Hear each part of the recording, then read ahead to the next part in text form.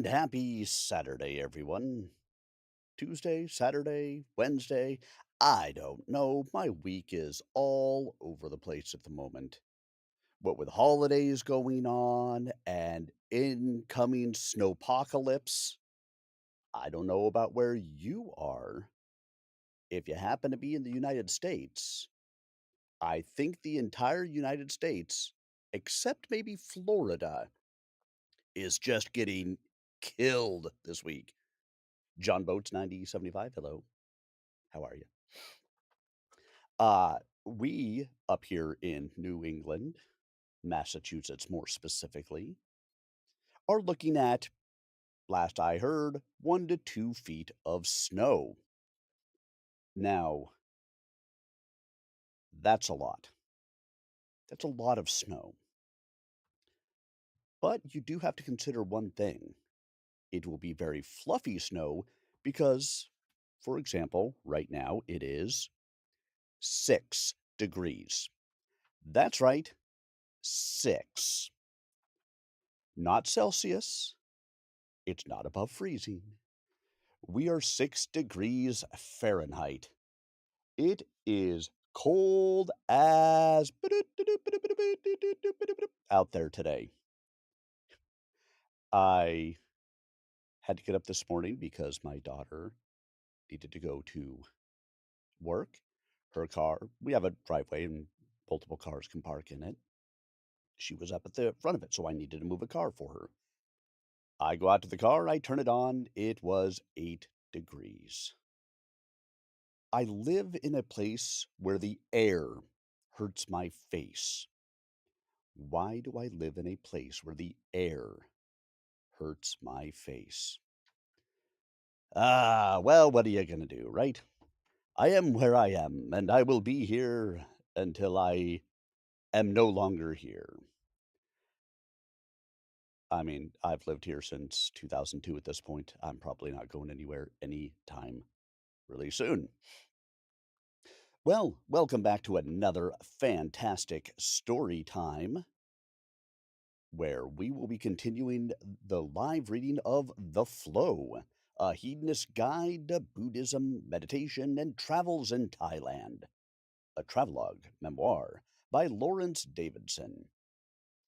If you have not had the opportunity to check out this book yet, all of the previous chapters are available on my YouTube channel, youtube.com/@SirArminius. You can go out there and check out. I've got the greeting, the introduction, and chapters up through 4. On Tuesday, we read chapter 4. I read for about an hour and a half most of the time on these reading nights because my voice will start to go. I record these so I don't stop in the middle for drinks, things like that. And so after a little while, my voice is going to give out if I don't, take some breaks. So I run about an hour and a half. That chapter by itself was over an hour and a half. Normally been getting in 2 chapters. That was a long one. But we got to journey with Larry prior to his going to the monastery, and then what happened after he left the monastery as he went through some different cities.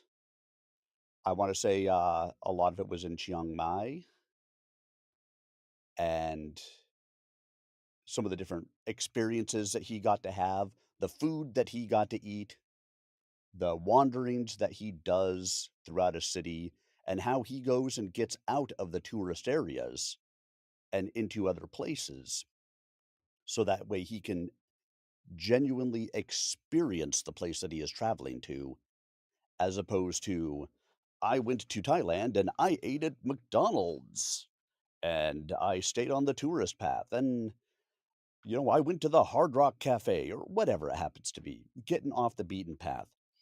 One of my favorite parts about it, well, there were 2 parts about that chapter that I really enjoyed. The first was he was traveling, walking down a back, kind of road area, and he ran into a cat and, stopped and picked up the cat and petted the cat and Had some great times with a street cat. I fully get that. I am an animal lover. I loved that he did that, even though he is allergic, which I have, let's see, right now there are 3 cats in my house, 2 dogs, and a hamster. I am allergic to pet dander. I take an allergy pill every day so I can have these animals, and worth it for me. So after he does that, you know, a old man at a place across the street called him over, had him wash in the sink, and his wife came down, and they had words because, this random guy is in there just washing up in the sink of their laundromat slash scooter rental place. And so then, the guy and Larry just sat there and just had a couple of beers and just shot the shit, which I thought was just fantastic. What a better way to get a true experience of a place than to end up in that kind of a situation and just get to be able to chat with someone. I thought it was fantastic. And then the second thing was, he talked about his experiences with Bangkok Belly, which is basically anybody who has traveled and accidentally consumed something that they maybe shouldn't have knows what that is all about, where you get food poisoning or whatever the case may be. And he talked about how the hotel that he was at took good care of him, got him Gatorade and Imodium and really took care of him. And I loved how it showcased how kind people can be. If you are good to them, they will be good to you. And I loved that side of it. So I thought it was fantastic. If you have not had the chance to check out that chapter or any of the previous chapters, get out there and take a listen to them on my YouTube channel. Or you can always go out there and pick up Larry's book, The Flow, A Hedonist Guide to Buddhism, Meditation, and Travels in Thailand. I know it is available on Amazon. It is probably available in other places as well. If you look on either of my description videos of on YouTube or Rumble, they will have some of the links for him. If you go to the recorded videos, they have quite a few links out to his website and his Substack and things like that. So I know he would appreciate if you pick up the book, give it a read through. It's going to take us a while to get all the way through this book. And so you are, of course, welcome to wait along with me and read a little bit more week by week. But if you got impatient and said, "Hey, Tim, that's it, no more, we've got to get through this book," and you wanted to jump out there right away, more power to you. I'm there with you. I totally get it. Go pick up the book and take a read through. Tonight, we're going to jump back in on chapter 5, and we're going to continue to read through the book and his journeys in Thailand. I want to say we might be getting up to the monastery when this one starts. Was a big purpose of the reason that Larry was visiting was to go and be a monk for a month in a monastery near Chiang Mai. I think that's awesome. We'll see. Now, as a reminder, this is a book about Thailand. He is spending time in a Buddhist monastery. We will encounter words that I am unfamiliar with. The Thai language has some different pronunciations of words than I will be able to do as a native English speaker. With respect, I will do my best to pronounce them in the best way that I can. I will very likely get some of them wrong. You are welcome to provide some corrections to me in the chat, and if I can see them and I can learn the new way to do it, I'm happy to make the change. But if not, just know that it's coming from a place of love and that I will do my best with the pronunciations of them. But now, I want you to grab yourself a blanket, a nice warm drink, or a cold drink, depending on where you are. Put your feet up, get all nice and cozy, and sit back and enjoy as we continue our reading tonight of The Flow, a hedonist guide to Buddhism, meditation, and travels in Thailand, a travelogue memoir by Lawrence Davidson. As we start in with Chapter 5. When I get off of this mountain, I know where I want to go. Cooking is meditation with sharper tools. When your hands are busy and your concentration is cruising at 100%, your brain gets to rest. You can't doom scroll while holding a knife. What's the first thing my brother monks and I wanted to do when we got off the mountain? Chef it up. That might sound surprising coming from a bunch of freshly disrobed monks, but somewhere between meditation marathons and monastery chores, we discovered a shared passion for the kitchen. Over our free afternoons, some of us would swap stories about pre monk lives, meals and dinner parties, chili competitions, backyard steak and veggie barbecues, and my love of making a deeply satisfying, long simmering bolognese or pan seared, crispy skinned steelhead with a miso orange juice and a soy glaze. I imagined Josh, ever the aesthetic, confessing a preference for champagne and caviar, claiming to have once paired vintage Dom with truffle popcorn at a screaming of La Dolce Vita. I could easily see that.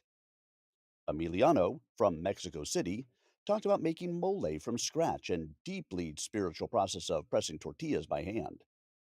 I recall the time I attempted to make pad thai and failed spectacularly. That went into the trash faster than junk mail. The universe has a sense of humor. In Theravada Buddhism, as I've mentioned, monks aren't allowed to cook. Ever. So, there we were, culinary romantics in robes, forbidden from touching a wok. The Dhamma giveth, the Dhamma taketh away. As our time on the mountain wound down, the idea of meals beyond the admittedly wonderful monastery fare began to feel downright erotic in a food porn sort of way. I floated an idea. We'd take a cooking class once we were back in Chiang Mai. Several guys lit up at the thought, laughing over hot woks, recreating the curries and noodles we'd loved, reclaiming our foodie identities. But like most post retreat intentions, the fantasy faded. Our brotherhood scattered with the wind. Some went home, one went kayaking, one headed to Cambodia, two flew south to the Dhammakaya Center near Bangkok. In the end, there were only three of us who opted for a cooking school adventure: me, Josh, and Emiliano. Champagne, mole, and barbecue, reunited in an apron clad act of karmic balance. I was the first of our not so motley monk squad to leave the monastery. I checked out a couple of days early, partly for logistical reasons, partly because my soul had reached its Dhamma quota. There's only so much introspection and robes I can take before I start fantasizing about sharp knives mincing garlic, profanity over a stubbed toe, and a spider free shower. And I had a mission, a secular one: find a cooking class, but not just any cooking class. I wasn't about to spend my afternoon chopping carrots while pretending we were on some culinary adventure. I didn't want an urban churn and burn operation where the ingredients are pre measured, the aprons are social media ready, and the big achievement is sauteing a few token dishes before posing next to a wok like you've earned a Michelin star. No, thank you. I wanted the real deal: fire, flavor, power over protein and produce, a pestle and mortar workout. I also wanted a Thai chef who ran the kitchen like a battlefield commander. Something raw, hands on, and just far enough off the tourist grid that would stick with me. Less selfie, more soul. So, I did what I always do in these situations. I asked people, specifically strangers who looked like they could cook. Don't ask me how, I just know. There was the woman at a cafe with a cookbook open, taking notes. Obvious choice. Or locals in the veggie section choosing obscure produce. Always a good sign. Concierges with no skin in the game, and jackpot. Two sweaty, soot smudged chefs I found out back, basting suckling pigs and a goat on rotisseries while having smokes in the alley. Targets acquired. Interviews ensued. The Chiang Mai Thai Farm Cooking School was the clear winner. The office was vacant when I arrived. I rang the bell as instructed by a little laminated sign taped to the counter. Nothing. I rang again. Still nothing. Finally, a door in the back creaked open and out came a gruff, flushed woman dressed in clothes that looked better suited to mucking at a horse stall than managing a hospitality desk. She barked several unexpected words and phrases that caught me off guard. Then she apologized. She'd been expecting someone else. She shifted into business mode and pulled out a ledger with all the warmth of a customs officer having a bad day. I mentioned that I was booking for myself and two others, my brother monks. Her eyebrows shot up like I just told her I was signing up a trio of cloistered Capuchin friars for a Muay Thai class. That kicked off what felt like a vetting interview. She peppered me with questions about our motivations, our experience, how serious we were, which was interesting. I didn't realize one needed credentials to chop ginger and peppers, julienne, basil, and sling a wok. Isn't that the point of signing up? You get to wield a knife and pretend you're in a food travel docuseries while someone lectures about the importance of your mise en place. When she asked if I had ever cooked before, it was clear she didn't think I could handle the class. Maybe it was the monk thing, or maybe I just looked like a guy more likely to burn water than slow braise shanks. But I smiled and quietly explained that, back home, I cooked almost every night. I was missing cooking, missing it deeply. It's been long one of my love languages, something I approached with reverence, equal parts awareness and indulgence. For me, it wasn't just about feeding people, it was about honoring ingredients, sharing love, and creating edible beauty. I cooked for family, friends, lovers, and neighbors, with wine in my glass and music in the air. For quiet dinners and raucous backyard parties alike, my favorite question on any given morning: Hey, honey, what are you craving? Sure, I love grilling a perfect grilled cheeseburger or hot dog.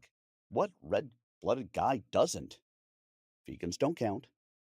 But if you were craving something more elevated, say creamy chanterelle risotto with fall off the bone veal ossobuco, a silky French omelette, or homemade crepes stuffed with sauteed Dungeness crab and a whisper of citrus, I was your guy. I've slow braised beef bourguignon for 9 hours because that's how long it takes to taste like winter in a French farmhouse. I've roasted ribs to sticky perfection, crispied chicken skin to holy status, and simmered pho broth that could give you a mouthgasm. Duck a l'orange? Easy. Beef Wellington so good Gordon Ramsay might sit down and say thank you? Need prime ribeyes seared to a crusted medium rare with roasted garlic and minted green beans? Mashed potatoes so rich that Joel Robuchon himself would nod. Naturally. Shrimp fried rice? Dim sum? Yakisoba? Wok seared vegetables? Just point me to the kitchen and get out of my way. In other words, yeah, I can cook. Not follow a recipe cook, cook. As I was blathering on, another staff member came out of the back and sat at a desk going over some paperwork. We ended up talking about food for much longer than I wanted to. I hadn't eaten breakfast. I was famished and increasingly frustrated. At one point, I asked about the knives we'd be using. I'm a stickler for sharp knives, and mine are kept razor sharp at all times. When you love to cook, your knives are your religion. She handed me my receipt, turned on her heel, and disappeared back into her office without another word. For a brief moment, I seriously considered canceling and finding a different school, but the reviews were so good, glowing even. How could this be the vibe? Was it because I'd refused to pay via PayPal? The sketchy, unsecure link in the email they sent me to the proceed to payment screen had identity theft written all over it. No way was I going to feed my bank card into some unsecured black hole on the other side of the planet so it could end up on a spreadsheet in a hacker's group chat. The farm provided transportation as part of the program, so that all I had to worry about was being ready at my hotel, upright, caffeinated, and waiting outside at the appointed time. Josh and Emiliano, my fellow recently civilized brother monks, converged at my hotel early that sunny morning. Our reunion sans robes and back in street clothes was exuberant. Big hugs, big laughs, and strong coffees all around. We were ready to throw down in a Thai kitchen. Our guide, Maud, was pretty but fierce, sharp eyed with the energy to run a kitchen or a presidential campaign. She took charge as we headed to the Ruamchuk market, a locals and chef haunt at the city's edge, rarely touched by tourists. At the stalls, Maud flipped into sensei mode. 12 varieties of rice, short, medium, long grain, red, white, black, yellow, regular, and sticky, stacked like minimalist art. She explained when to use each, moisture retention, germ polishing, and how all the shapes, texture, and taste.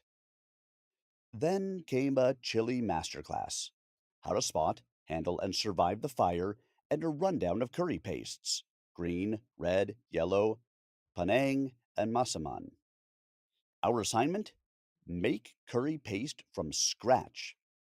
We'd pick from a menu of options, gather ingredients at the farm, and grind our own paste using mortar and pestle the traditional way.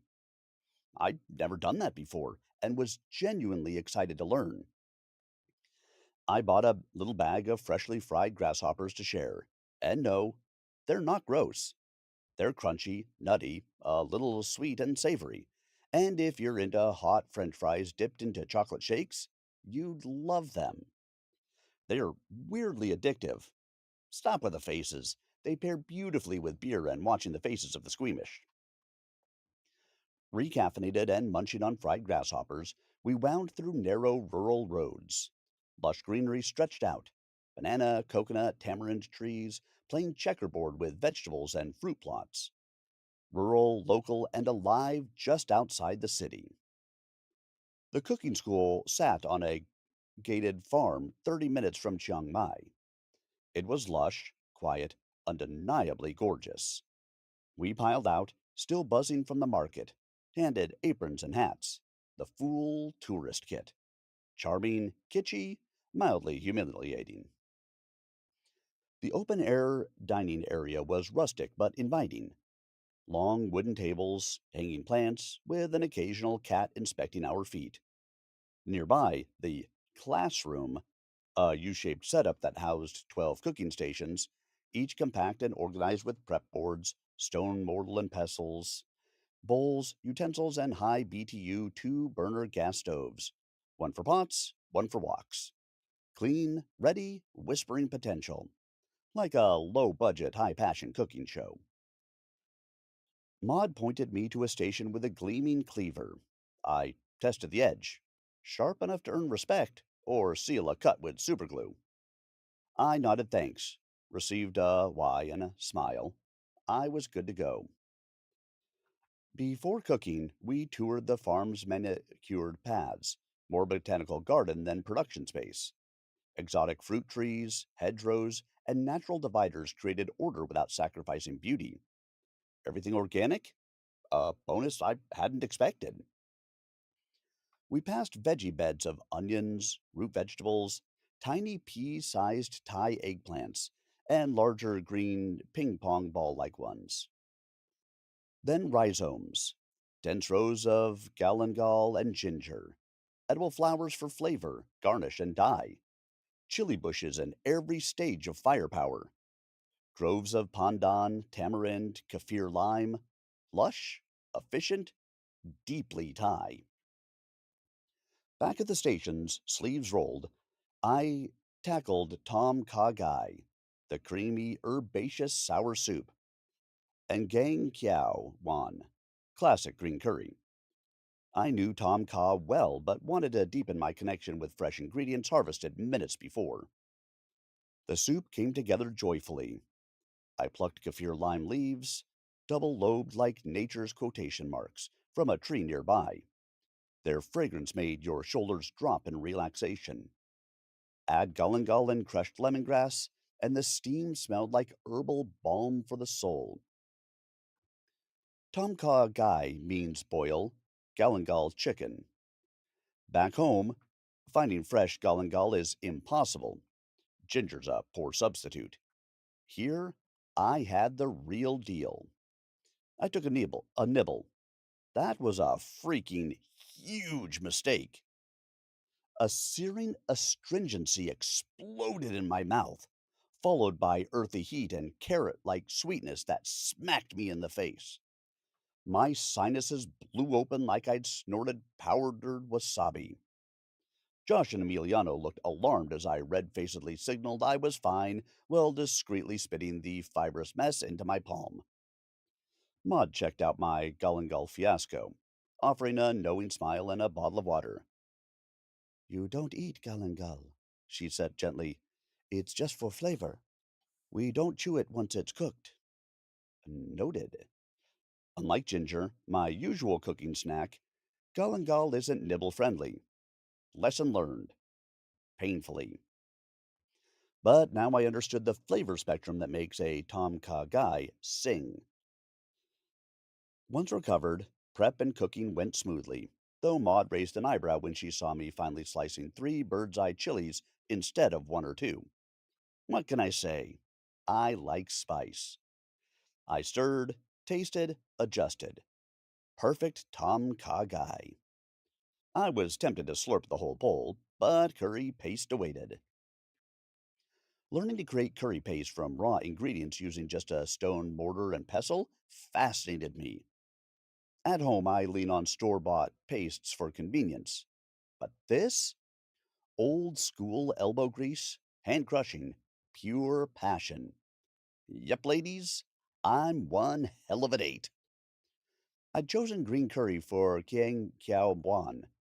Others made red, Penang, or Masaman. I wanted to try them all, but time's a cruel chef. The air pulsed with rhythmic pock, pock, pock of pestles on mortars. Ginger, galangal, lemongrass, garlic, shallots, coriander root, holy basil, chilies, all pulled pastes. A spicy percussion session pounded a scent heavy symphony. Maud circled, checking consistency. When she nodded at my paste, which looked like a cookbook photo, I felt absurdly proud. Then the fires were lit. I grabbed the wok. I love a good wok and use them regularly. I know how to tame the beast. Read its heat, stir, toss. But this setup made me giddy. The burner cradled a rounded wok base, fired by a double ring gas element, delivering true wok high, the legendary smoky sear that no other pan can create. Back home, the stovetops don't accommodate round bottom woks, so we have to settle for flats. They work, but can't match the authentic sizzle when ingredients leap and kiss the blazing metal with a fresh sear. When the pan hit white hot, steel smoking in curls, I added oil. It shimmered and danced a perfect slippery seal. Then came the vegetables, chicken, prawns, each tossed in stages, seared, set aside. The wok reheated, flavors layered like a kitchen symphony. Wok sizzled and clanged all around, metal spatulas banging, flames roaring. Hot, loud, frenetic, and absolutely gorgeous. With our first 2 dishes done, everyone riding high on the aroma of victory, it was lunchtime. The farm staff had laid out platters of steamed jasmine rice, obviously knowing some of us, me, had gone chili crazy and needed a tamper. We gathered, passing plates, trading notes, low key hoping someone else's curry was worse than ours. I was proud. Tom Kagai and Gang Kiao Wan, though I doubled the chili count. Green bird's eye for snap, red for sweet burn. Not see you in another dimension spicy, but not shy either. No casualties, thankfully. Everyone who braved my creations confirmed. Yes, edible. Yes, hot enough for some introspection. One British guy mopped his forehead, declared it brilliant, then promptly piled more rice on his plate. That's the rice's job: flavor sponge and fire extinguisher. Capsaicin broke the ice. Compliments flew, spoons clinked, and dish swapping began. We'd begun that morning, but now we were bonded. Sweet, spice, mortar and pestle camaraderie. Plates circled as we all tasted each other's masterpieces. Maud kept an eye on me all day, especially when I was back at my station after the break, turning carrots into ultra thin matchsticks for my third dish: fried spring rolls.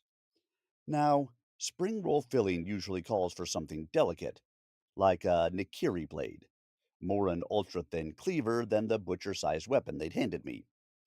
One knife per station, though, so I made do with my gleaming cleaver. It was like trying to fillet an anchovy with a katana. She watched, eyes narrowing. Was that admiration? Approval? When I finished, she gave me a broad smile and a thumbs up. Nice work, she said, like I'd just pulled off a culinary miracle, not hacked away with a blade better suited for splitting beef spines. Awkward? Sure. But fun, like driving a big truck in a tight parking lot. Clumsy but satisfying. My matchsticks were a tad thinner than I'd intended. I got carried away trying to wield my one blade to rule them all.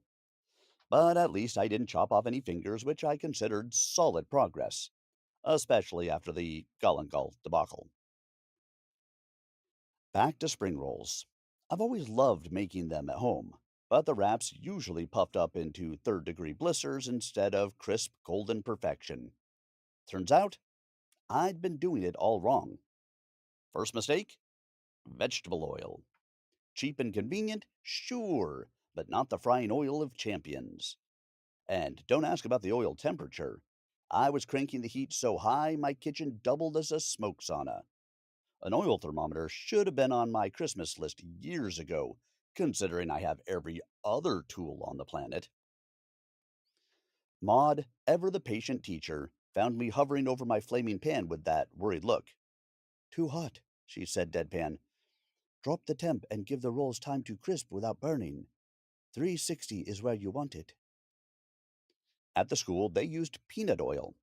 Not my usual choice given the saturated fat content, but Maud gave the thumbs up for canola as a substitute if you keep temps in check.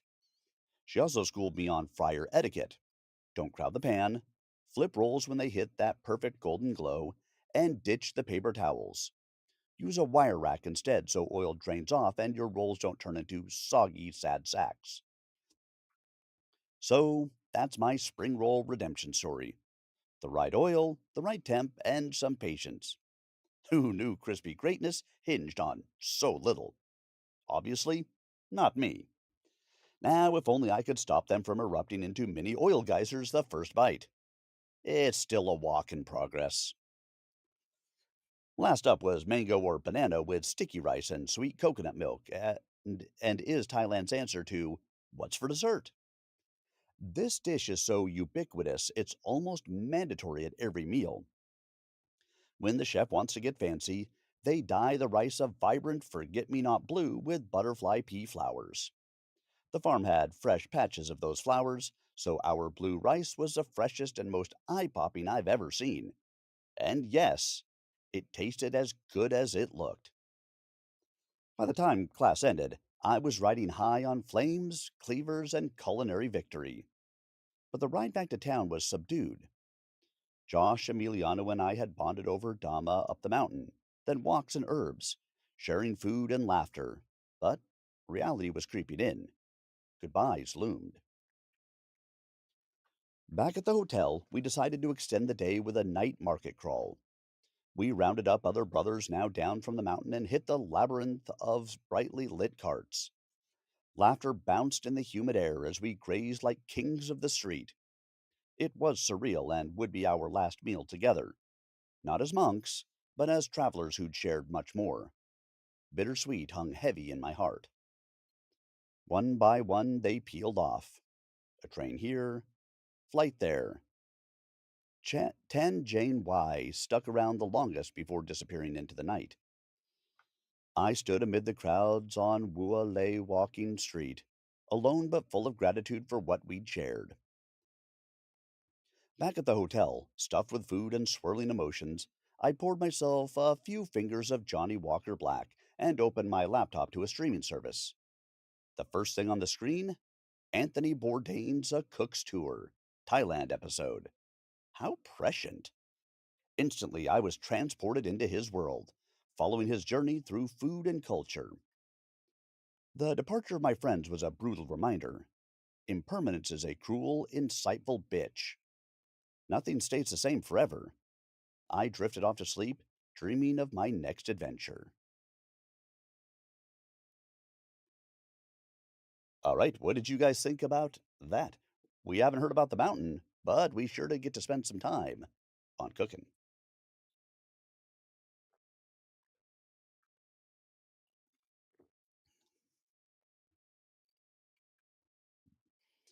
And now, if you guys are ready, and even if you're not, we're going to dive into Chapter 6. Are you happy to see me? An elephant in the room. The elephant isn't performative majesty, it just is. The rest of us are left trying to remember what that kind of integrity feels like. Elephants have been stomping around my imagination for as long as I can remember. Majestic, gentle, impossibly wise. I've always been fascinated with them. So, landing in a country where they're not just admired but revered felt a bit like stepping into a dream, one that was about to come true. The elephants of Thailand are Asiatic elephants, Elephas maximus indicus, if you're feeling Latiny, whose territory stretches across the Southeast Asian and Indian subcontinents. Over the centuries, they've done just about everything: built civilizations, waged wars, hauled logs and stones, carried royalty and peasants alike, and more recently, performed embarrassing tricks for sunburned tourists who really should know better than to subjugate an animal to humiliation. That last bit is a hard truth. For too long, elephants in Thailand were used in battle, labor, and entertainment. But times they are a changin'. Slowly, but changing nonetheless. These days, more and more of those living attractions are giving way to ethical husbandry and sanctuaries where the elephants are no longer expected to perform, paint, or pose for selfies. Instead, they get to do what they were dreaming of all along: eat, wander, nap, bathe, and commune with their family. After a week exploring Chiang Mai, my monk brothers having vanished back into their mists after our cooking class, it was elephant time. My goal was simple: find an interactive elephant experience that didn't feel like a labor camp or training ground for a circus. To my happy surprise, nearly everyone I asked pointed to the same place: an ethical sanctuary tucked deep in the jungle about 2 hours west of the city on the edge of a national park. It was called the Elephant Freedom Project, which sounded like a politically ambitious indie band. I checked it out online. Glowing reviews, elephant rides, hooks, and circus tricks not allowed, and the kind of sustainability badges that usually involve bamboo fonts and phrases like carbon free footprint. Best of all, they emphasized education and respectful interaction, all under the watchful eye of a mahout, the lifelong elephant handler who knows their companion like family. The ride to the sanctuary came courtesy of a pickup that looked like it had been designed by someone with a deep dislike for comfort and structural integrity. In the back, two metal benches with just enough padding to mock the concept of cushions, a roll cage out of necessity, judging from the quarter panels of the rig, and a fiberglass shell that rattled like it was held together with duct tape, zip ties, and prayers. Our driver was clearly auditioning for a Fast and Furious spinoff, Chung Mai Drift. He took hairpin turns like he was trying to outrun gravity and test the limits of G force survival, never once glancing back to check if we were still alive or even still in the bed of the truck. Out back, three of us were gripping the roll cage with the intensity of people who just learned the word mausoleum. The road got worse as we went. It got narrower, twistier, muddier, wetter, potholier, until we were bouncing up a rutted jungle trail at a steady 60 kilometers per hour. 60. In a pickup. On a dirt track. Was it fun? Sure, in an Eli Roth flick way.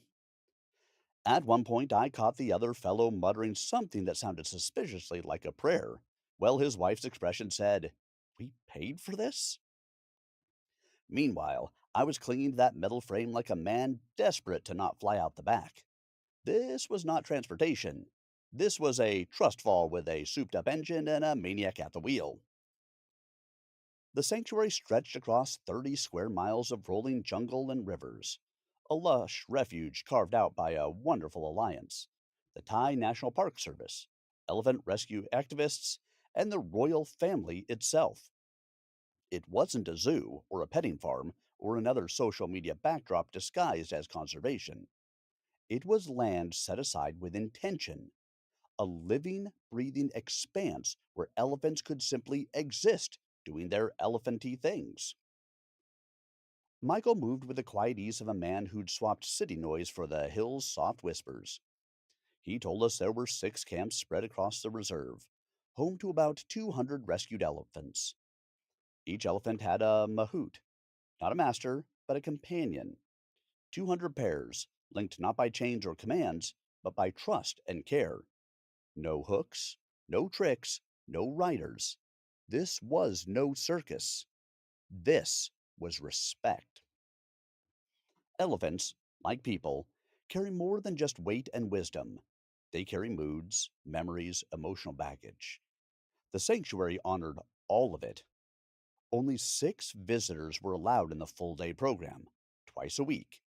The rest of the time, the elephants did what elephants do best: eat, bathe, snooze under shade, wallow in mud spas, and exchange low frequency gossip that no human could ever decode, living their lives with no stress or spectacle. Michael explained there was another section for those elephants comfortable with a bigger crowd: 30 visitors a day, carefully managed in shifts. But the ones I came to know preferred quiet company. I was grateful for that. I didn't come here only for myself. Part of me came for my father. He and I didn't always see eye to eye on most things. We didn't even share a horizon. But elephants were different. Conservation, too. That was as close to sacred common ground as we had. My dad spoke of elephants the way he revered early Dixieland jazz and a curveball that broke just right for the strike. They were sacred to him, carved from a finer, forgotten world. He never got to see one up close before he passed in 2005. So, this day wasn't just mine. It was a kind of pilgrimage and homage, paid in patience, a quiet offering in a place where giants still walk slowly, without apology. For once, the elephant in the room had room to breathe, to be seen, and maybe understood. I like to think my dad would have loved knowing that I would be up close and intimate with a pachyderm. By the time we rattled to a stop, joints aching, brains sloshed from the full space mountain experience on rutted mountain roads, we were greeted with bottles of cold water and bundles of clothing that looked more ceremonial than comfortable. Shirt and pants woven in a distinct color pattern were the kind you might expect to see in folkloric tapestry or a children's book about jungle tribes. The cut was generous. Let's call it one size fits some. Mine fit like a cross between hospital scrubs and a sack race costume. Michael explained, with the calm certainty of someone who had given this speech many times, that these uniforms weren't for our benefit. They were for the elephants. The pattern, he said, was familiar to them, worn daily by the handlers they knew and trusted. By donning the same outfit, we were signaling to these intelligent, emotionally complex animals that we were part of the tribe and not a threat. Once suited up and resigned to our new fashion identities, we were led to a shaded area for orientation. What followed wasn't some breezy welcome chat. It was a sharply delivered, no nonsense session just shy of an hour. No fluff, no pandering.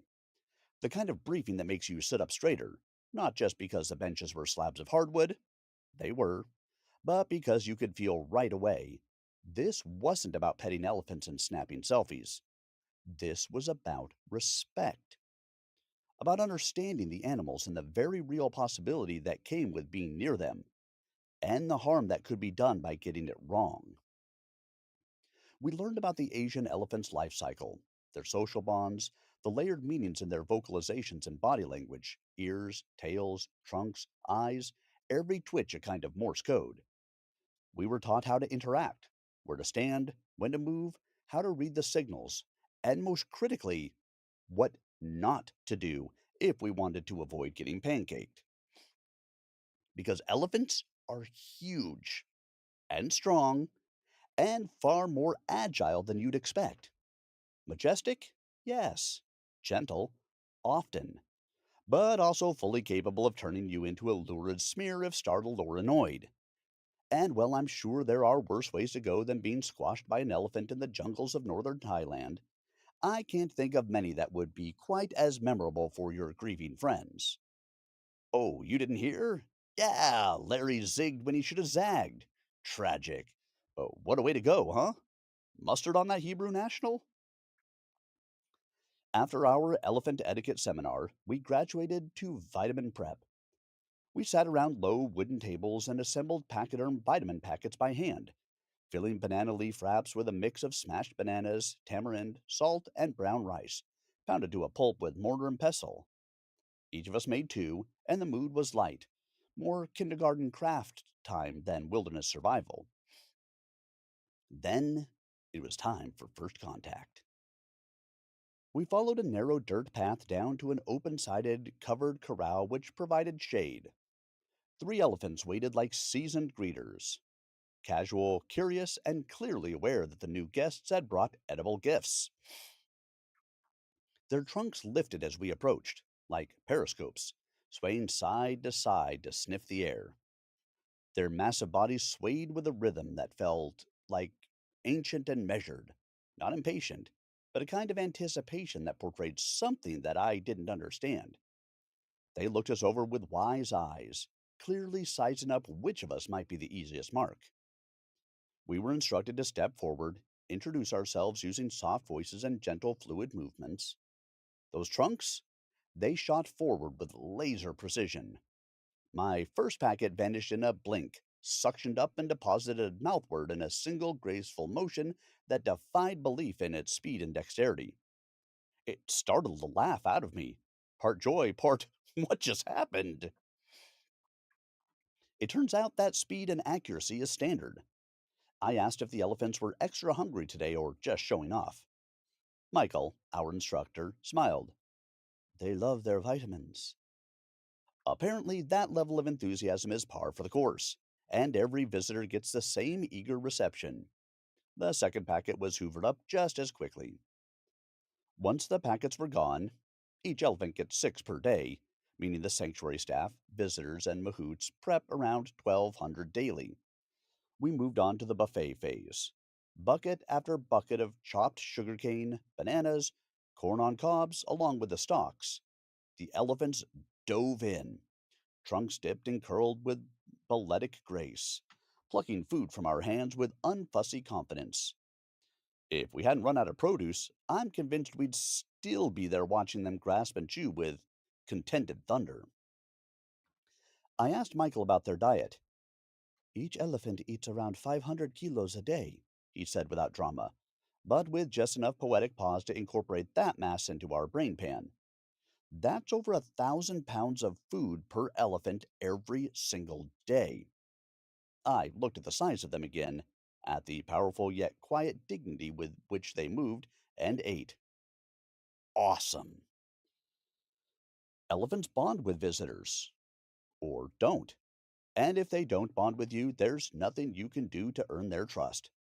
Basically, you're persona non grata in the elephant kingdom at that point. They talk, you see. In our case, the trio was a family: grandmother, mother, and granddaughter who were inseparable. Michael told us elephants live their whole lives wrapped in family ties, a kind of loyalty that puts humans to shame. Grandma Nini wasted no time staking her claim on me. I stood there rubbing between her eyes, right at the top of her trunk, where her skin folded like thick leather. The humid jungle air buzzed with cicadas and bird call.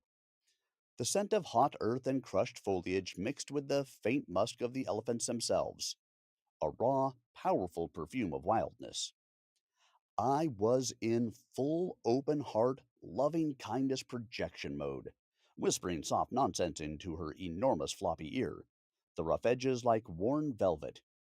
You know, like we all do when we meet a new puppy for the first time. Yes, we all do it. Don't even think about denying it. Then suddenly her trunk, thick as my thigh, but shockingly nimble, curled around me like a living rope, strong enough to snap thick bamboo in a flash, but surprisingly gentle. The grip pulled me closer, a silent but firm claim of affection. I kept rubbing her, my palm tracing the cracked, ridged texture of her skin, while her trunk explored me like a curious cat, drifting slowly up and down, brushing past my chest and shoulders. I thought she was searching for snacks until her handler from Myanmar flashed a mischievous grin, whispered through our interpreter that Nini wasn't just hungry, she was memorizing me, my scent, my feel, the whole package. So there I was, marked by a wild creature as hers, a pachyderm girlfriend. I was going to have a serious discussion with Dolores back in town. The jungle seemed to hold its breath around us. The rustle of leaves, the distant clatter and cries of monkeys, the soft murmur of the river nearby, all fading into the background of this intimate moment. I kept up my end, whispering admiration and affection into her ear. The next part of our day was a slow motion jungle hike with our pachyderm gals, an hour or so of ambling through towering grasses and bamboo groves that hugged the riverbank. Yes, they were eating. Again. Close enough to count the whiskers on their trunks, I watched them strip leaves from bamboo stalks as tall as 5-story buildings. They'd bend them over, then let the natural snapback deliver a leafy payload straight into their curled trunks, with the precision of a sushi master plucking a single grain of rice with chopsticks. There was no denying the grace of those trunks. Delicate, deliberate, beautifully alive. At some point, I started wondering just how much bamboo these ladies could devour before the grove looked like a post apocalyptic stick farm. I leaned toward Michael and asked about regrowth, sustainability, and whether we were witnessing the last stand of bamboo near camp. He smiled and reassured me. This particular species was a botanical powerhouse, lining every river and stream across the sanctuary. Bamboo is the energizer bunny of the plant world. It starts growing back the instant it's nibbled or snapped, reliefing fully within a week if left alone. The mahouts rotated the elephants' dining spots to keep the buffet fresh. There we were, 7 humans following 3 lumbering, leaf munching dynamos as they drifted from one stand to the next. The tall grass swayed, the river murmured. The jungle seemed to take a deep breath with us. Every now and then, Nini glanced back to make sure I was still hanging out with her. For all their power, these girls had mastered the art of slow living, one bamboo stalk at a time. There was one plant, something I had dismissed as a big weed, that the youngest elephant, Josie, had a fondness for. We were ambling along a sandy riverbank path, the sun filtered through tall grass and drifting seed fluff, when she caught the scent or sight of it. With the precision of a surgeon and the single minded focus of someone retrieving their favorite snack from the back of the fridge, she wrapped her trunk around the base, planted a front foot firmly beside the stem, and gave a practiced tug. Up came the plant, root ball and all, clumps of dirt still clinging, But Josie wasn't about to eat mud. With the precision that looked shockingly human, she began slapping the root against her foot. Thwack! Thwack! Like she was knocking dirt from a boot heel. Only when it was sufficiently clean did she curl it back toward her mouth and chomp it down with a quiet, leafy crunch. She repeated this a half dozen times, each with the same mechanical skill. You could tell this wasn't a fluke or flailing guesswork. She had done this before, and often. I wondered who had taught her that technique. Another surprise for me was that neither her mother nor grandmother paid the plant any attention. They were more interested in bamboo, grass, and sugarcane. I asked Michael about that, and he just shrugged with a smile. They have preferences, just like people. Of course they do, because they are people, in a way. Just massive, leathery, soulful ones with amazing memories and a keener sense of smell than most of us, and apparently very particular palates. As we made our way back to the main camp, the heat of the day draped itself over us like a hot, damp towel. Even the elephants seemed to move more slowly now, their great feet stirring little puffs of dust with each step, ears flapping in lazy rhythm with their gait. It was time for a midday rest. For them, and for us. Us guests were led to an open air stilt and bamboo longhouse perched on a gentle rise, its thatched roof shading a row of hammocks that swayed invitingly in the breeze. From there, we overlooked a vista so beautiful it looked staged.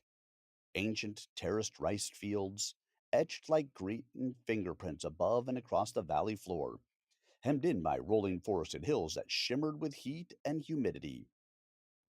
Everything pulsed gently, the light, the insects, the rustle of breeze in the banana leaves. The world didn't feel still, but softened, like someone had smudged the canvas a little bit.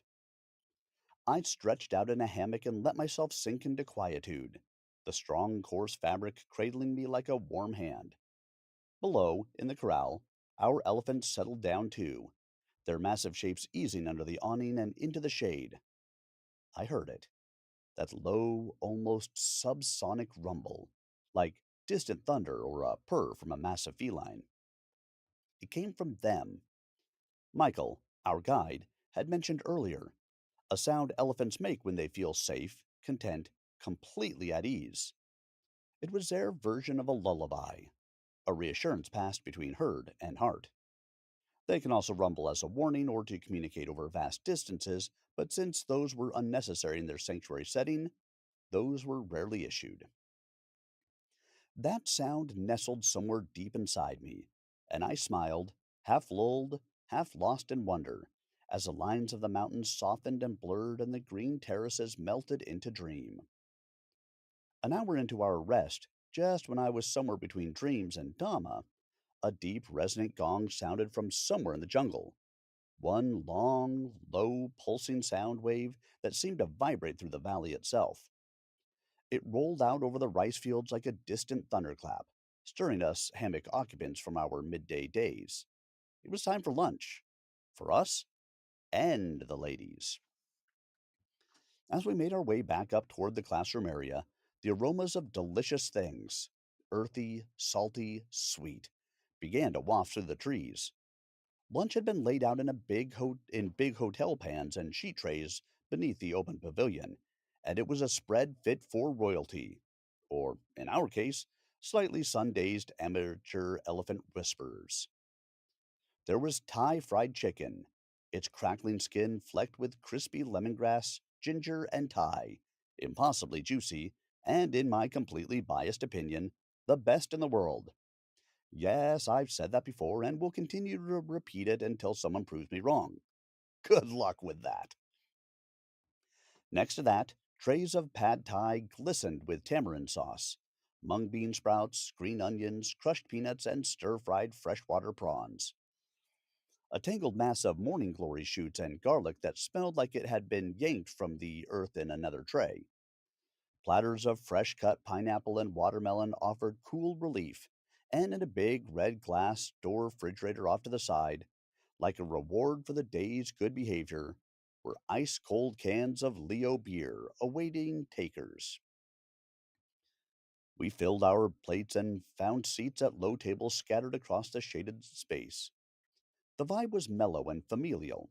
Shoeless feet tucked beneath us, soft laughter, the clink of forks, spoons, chopsticks, and can snaps. Somewhere nearby, the handlers were feeding the elephants their lunch of mountains of bananas, sugarcane, and greens.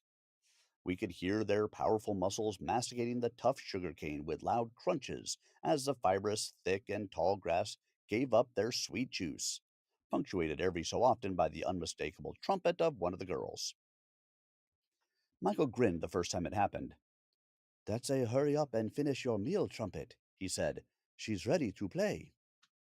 I wondered just what playtime with an elephant would entail. I hoped rugby and wrestling were off the table. We laughed, but there was something sweet about it too.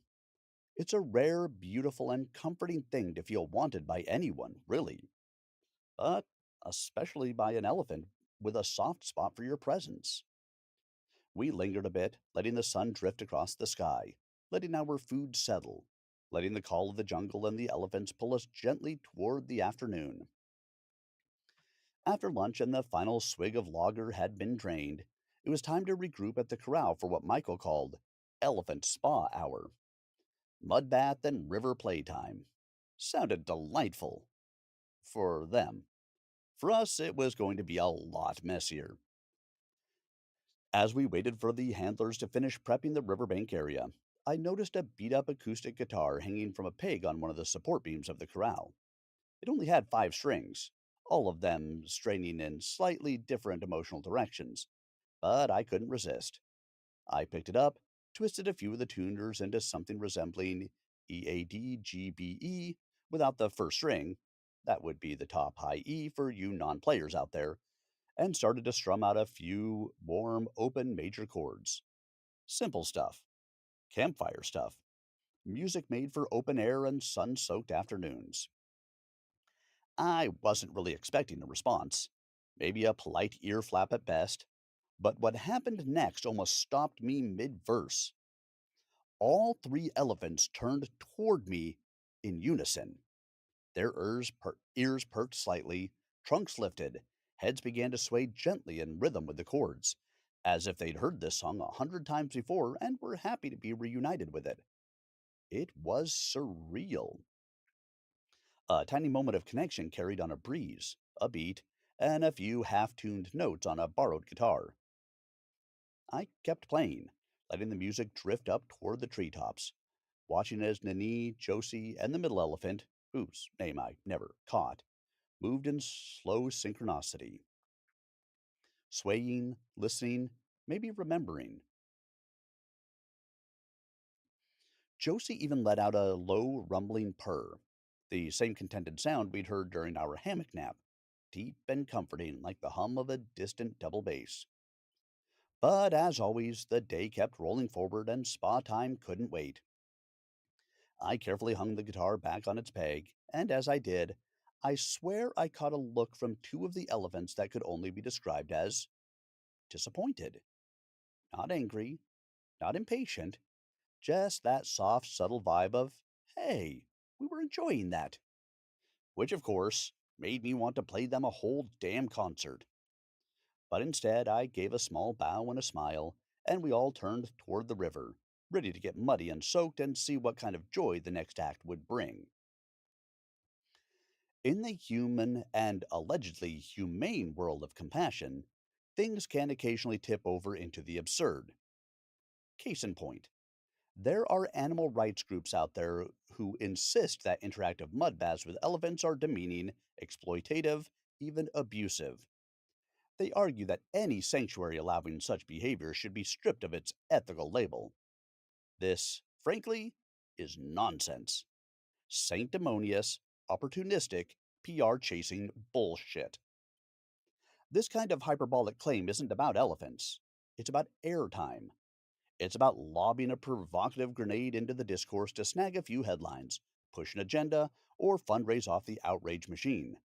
It's performance activism at its most cynical, and it's dangerous. Let me be clear. There is nothing abusive about giving a rescued elephant a mud bath. These are not wild elephants being wrangled against their will. These are animals who have spent their entire lives with humans, often in exploitative conditions, and have been rescued, rehabilitated, and gently reintroduced to trust, care, and play. They have always received baths, scrubs, interaction. They know how to say no. Believe me, if an elephant doesn't want something, that something is not happening.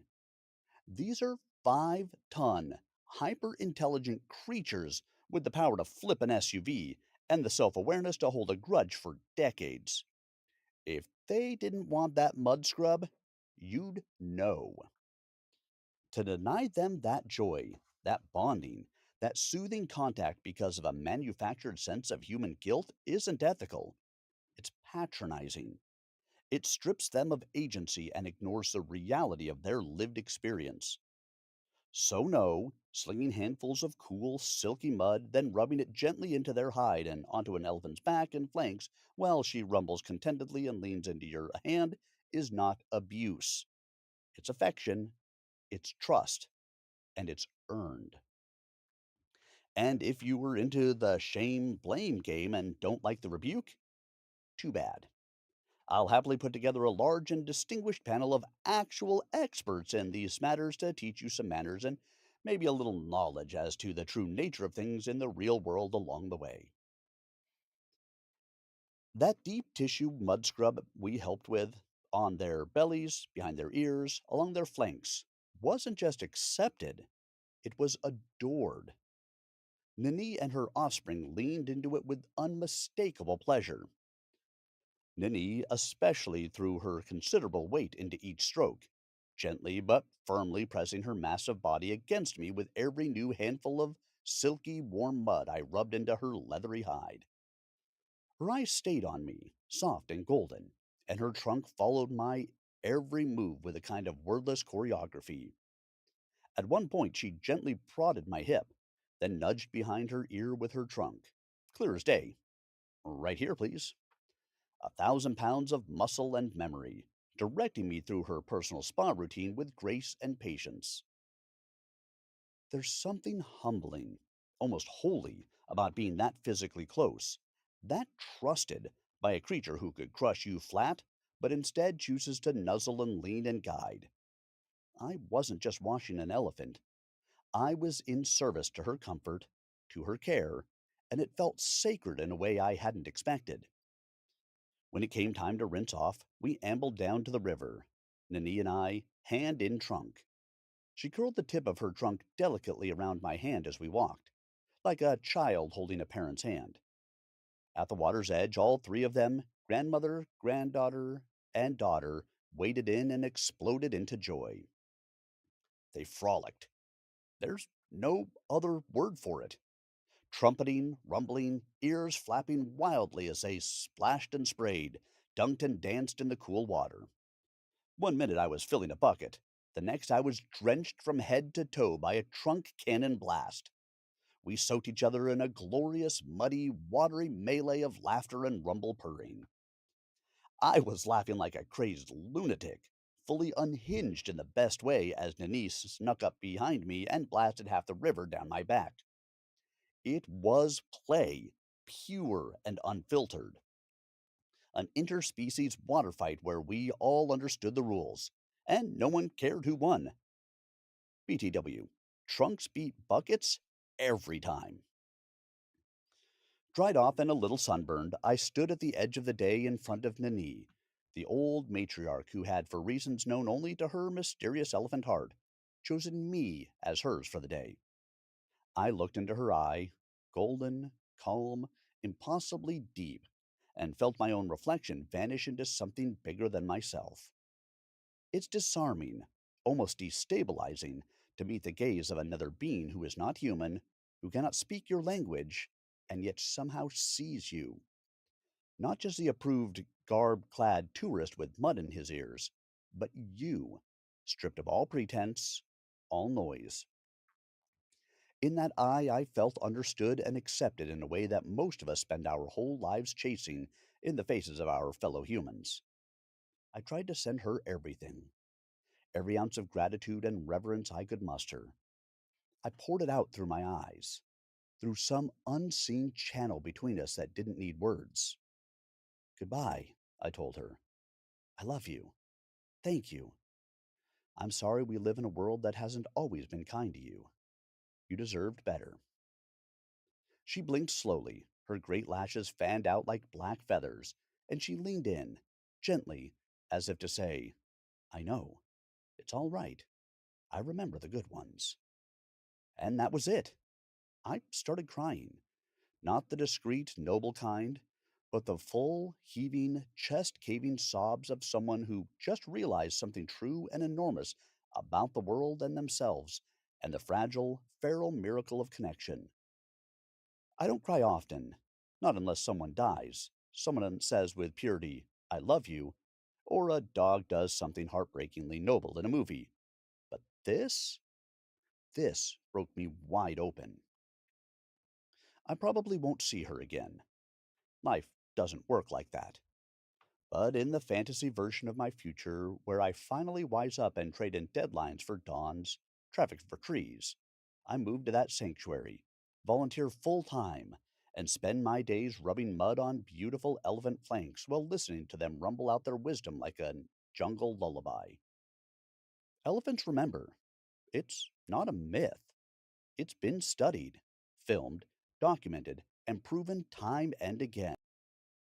They carry of memory inside those. They pass it on, family to family, generation to generation, like precious heirlooms. Michael had shown us photos of people who'd come back after years away to be greeted with unmistakable joy and recognition by the elephants they once loved. I hope that's me someday. I hope I'll be standing there with even more gray on my head and Nini, older still, wiser still, will rumble low in her chest and walk straight toward me, wrapping her trunk around my hand, saying without words, I remember, I see you, welcome home. To connect with a creature so utterly different and yet so precisely attuned to your heart, even just for a day, that's not a tourist experience. That's art. That's holy. That's the kind of thing that rewires you, as it has me, forever.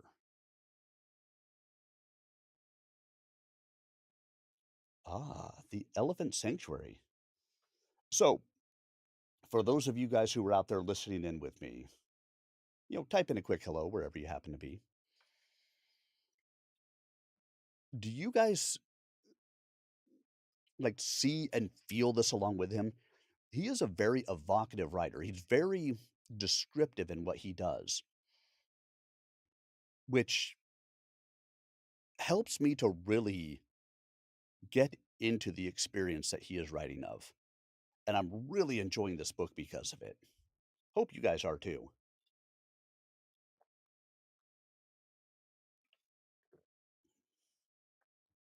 It is it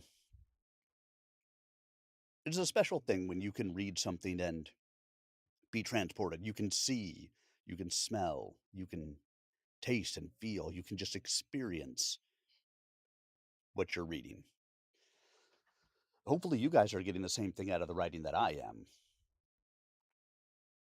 or that my reading is doing it justice.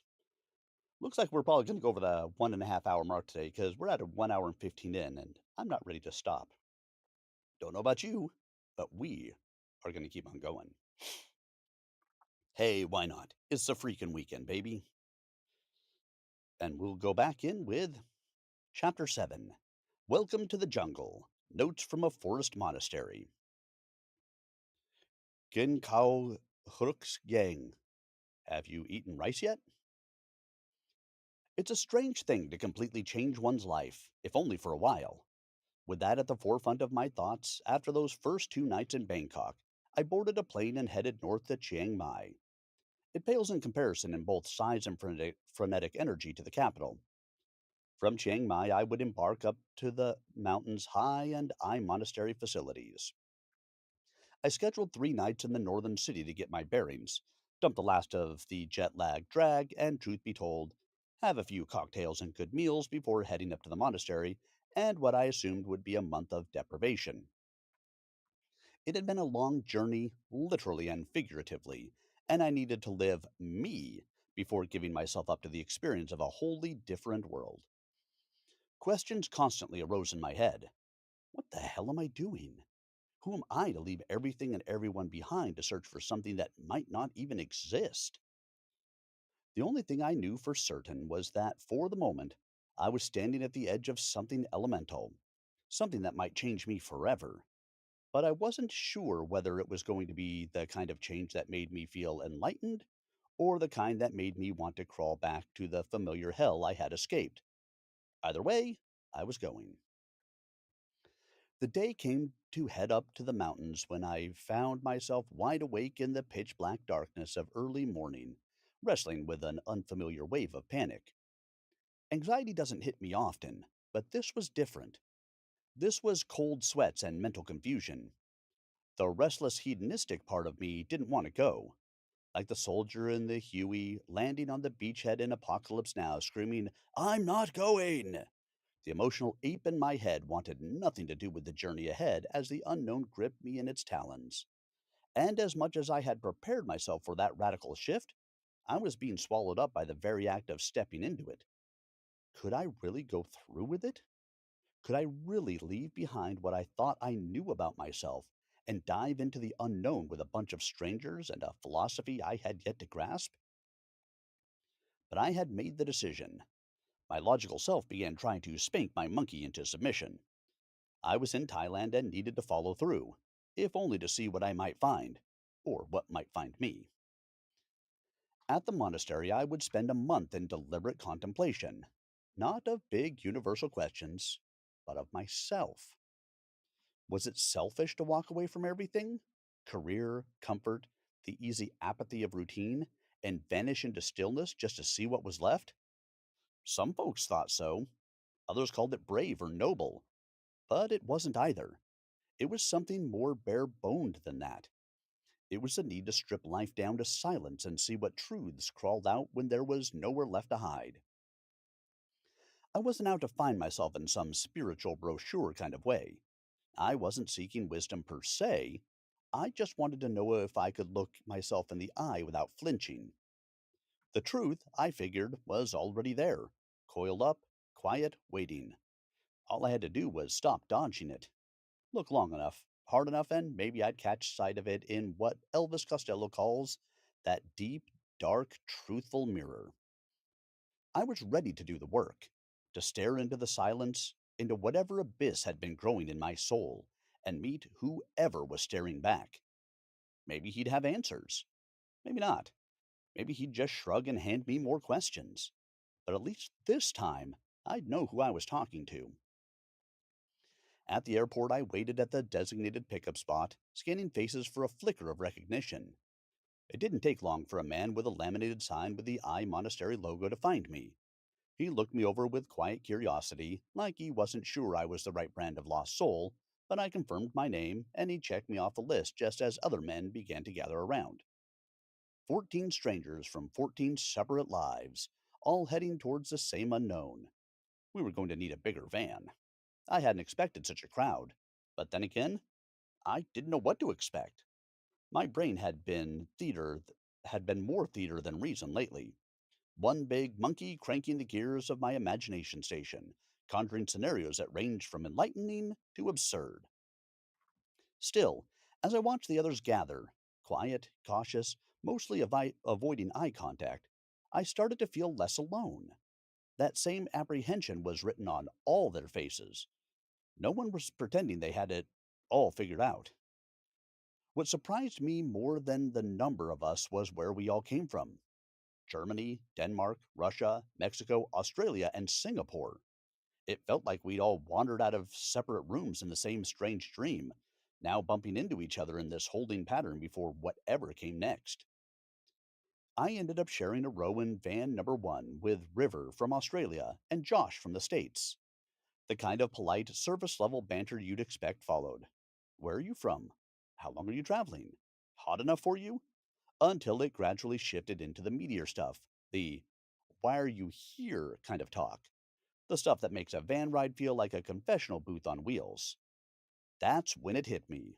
How different our reasons were for signing up. Each answer was extremely personal. It hadn't occurred to me until then that a single place could act like a lighthouse for so many drifting vessels, each with its own backstory and bruises. Some of the guys were chasing peace, others were clearly on the run from jobs, heartbreaks, failures, addictions, maybe even themselves. Some sought wisdom. A few just needed the volume turned down for a while. And listening to all that made me realize there wasn't going to be a single path through this thing. No manual. No right way to show up. It was going to be as tangled and varied as the lives we'd each stepped away from. I wasn't ready. Not really. But I was willing. And maybe that was enough for now. Somewhere in that willingness, I hoped to find something, a thread, a shift, a small light in the dark, something real enough to carry home when this was all over. The van ride up into the mountains was a 2 hour journey, giving all of us time to reflect. After a while, we all shifted towards quiet, delving into introspection. But there was something in the air, a kind of shared tension as we were all about to shed skin and step into a new version of ourselves. None of us knew what that version would look like. All I knew was that the old me had to die, and I had to embrace that new reality and honor my evolution. The landscape gradually shifted from towns to villages, then to hamlets, each one smaller, each one a little more forgotten to time. The road grew narrower, curving back and forth upon itself like a serpent as it rose into the mountains. Just a month earlier, floods had ravaged the region. The rains had been the worst in decades, and in many places, it looked like nature had thrown a tantrum, leaving behind scars. Deep red soil appeared as though the hillsides had been slashed by a giant dragon's claws, left in ruins to bleed out. When we finally turned off the highway and onto the unpaved mountain road, the damage from the floods was even more savage. Slopes that had once been overgrown by lush jungle were now exposed. Raw, gaping wounds opened up the earth. Piles of trees and all the other flora that makes up those jungles lay in massive corpse heaps at the bottom of the slides, as if the mountains themselves had hemorrhaged during the season's fury. We made slow progress, inching past road crews with heavy machinery, their giant shovels and graders rearranging the earth, trying to rebuild road that had been ripped away by the torrents. After 2 hours with all that anticipatory tension permeating the cabin, we finally arrived at what would be our home for the next month, I Monastery. We arrived at what looked less like a spiritual gateway and more like a temporary event tent. Some long tables, chairs, and the unmistakable scent of hand sanitizer. This was the check in station, though once we finished intake, it would become our designated dining space. Not inside the main hall, mind you. That was for the real monks. We, the aspirants, had our own area off to the side of the dining hall, a humble reminder that we weren't quite in the club yet. Intake was kind of like checking into a seminar, perfunctory and efficient. No one said much. You could feel the collective hum of inner monologues, equal parts curiosity, hesitation, and the occasional, "What the hell am I doing here?" I couldn't tell whether I felt excited or quietly duped by my own ambition. Was this the start of some grand journey? Or just another of life's cosmic jokes at my expense? And yet, as I settled into intake at that compound nestled somewhere between the jungle and my unresolved psyche, the more I understood that the road to clarity isn't a straight line. It's riddled with potholes, both literal and metaphorical. And there I was, rolling straight into one, dragging a full on carry on full of neuroses behind me. The irony wasn't lost on me. I was just a middle class guy from Washington State, showing up to a Buddhist monastery in northern Thailand, hoping to find something resembling truth. But maybe that was the first thing I had to set down. The idea that this was about finding anything at all. Maybe it wasn't about what I was going to learn or fix or achieve. Maybe it was about what I would let go. It was then that we met the monk in charge of intake, Luang Pai, brother monk, Fop. He was gruff, fast, and demanding, though all the while sporting a cheeky, subtle grin. The high voltage demeanor came from a man who obviously had nothing left to prove. I've spent years honing my BS meter, and this guy? His body language was broadcasting loud and clear. His whole tough monk performance was an act. I don't know what my fellow neophytes picked up on, but I felt I had his number from the get go. He didn't need to be as rough as he came off, but it was easier to impose this persona on us from the start, set the tone, and get us in line quicker. He had 14 not monks to wrangle and process, so while his method was brusque but efficient, it wasn't hard to see through. Curious to see how deep his role might go, I suddenly poked the bear and had a little fun at his expense. Not overtly, just a casual comment to see if he'd bite. And he did. His guard dropped faster than expected. Smile first, wink second. He and I knew the jig was up, though only a couple of others saw the crack. He did a quick pirouette from gruff competency to genuine warmth while still maintaining managerial efficiency. Fup wasn't as much about sternness as he was about getting results, and it was clear that beneath the brisk, boss monk persona, he was more than willing to share a laugh once he figured out that you could see through his armor. I would come to rely on his sharp wit, rapid organizational skill, and calm demeanor over the next few weeks. He wasn't just a mentor, he became one of my most trusted allies, and in the end, a genuine friend in my strange new monk world. LP FOP assigned each of us a large, lidded plastic bin, our new personal vaults that would reside in our tents, to be filled with only the bare essentials from our luggage: flashlights, bug spray, medications if necessary, and a smattering of personal items deemed compatible with monastic simplicity. I quietly slipped in a contraband copy of The Year of Eating Dangerously by Tom Parker Bowles, reasoning that even a monk in training deserves a little downtime from self enlightenment. I mean, come on. Man cannot live on Dhamma alone. The rest of our worldly baggage would be packed into our travel bags, then locked away into storage until our re entry into the real world. Fortunately, I'd packed two sets of silk thermals, two sets of thick winter socks, and a fleece beanie. Items that weighed almost nothing but delivered big when it came to keeping my soul from vacating my body at 3 a.m. They weren't exactly in the spirit of full renunciation, but I wasn't aiming for martyrdom. One of the monks, he shall remain nameless to protect the semi innocent of his advice, was slightly off script, who interviewed me via Zoom months earlier, strongly suggested I stash a few cold weather comforts. He repeated that tip enough times for me to get the message. This was a very good idea. A week into our residency, the temperature plunged into the low 40s Fahrenheit as rain set in for a week. Without those extras, I'd have spent the night curled in a fetal position in my sleeping bag, teeth chattering, questioning the Four Noble Truths and my own intelligence. I don't need a French feather mattress, though I enjoy them immensely. I'm not a Hilton monk, but I also don't believe in needless suffering dressed up as spiritual discipline. November in Thailand may be warm down in the cities, but up there, it felt like late October in southeastern Washington, soggy and cold. Enlightenment's great and all, but I wasn't about to get hypothermia trying to find it. Our assigned tents, modern nylon cocoons with rain tarps, sat on raised platforms beneath thatched roofs, propped up by sturdy steel beams. Each was separated by a patch of tropical gardens with just enough distance to suggest privacy. The tents were generously sized for a tent. In the center, I could stand, but just barely. Still, it had ample room for my sleeping setup: a thick pad, an insulated mat underneath, real sheets, a serious sleeping bag, and a pillow that by some miracle wasn't a sack of rocks. My plastic bin fit neatly in one corner, with just enough room left to toss laundry in another until it staged a mutiny. Then came the parting. We said goodbye to our civilian clothes and travel gear with a longing I hadn't expected. For many, it didn't matter much. They'd be continuing in the Dhammakaya order or heading straight home. But me?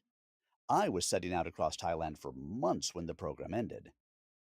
When the warehouse doors shut behind us, locked tight for the month, it felt like more than luggage I was leaving behind. Changing into our monastery issued white t shirts with the monk life logo and drawstring pants were less about tradition and more about reality crashing in. No more looking like a tourist. We were officially inducted into the monk army.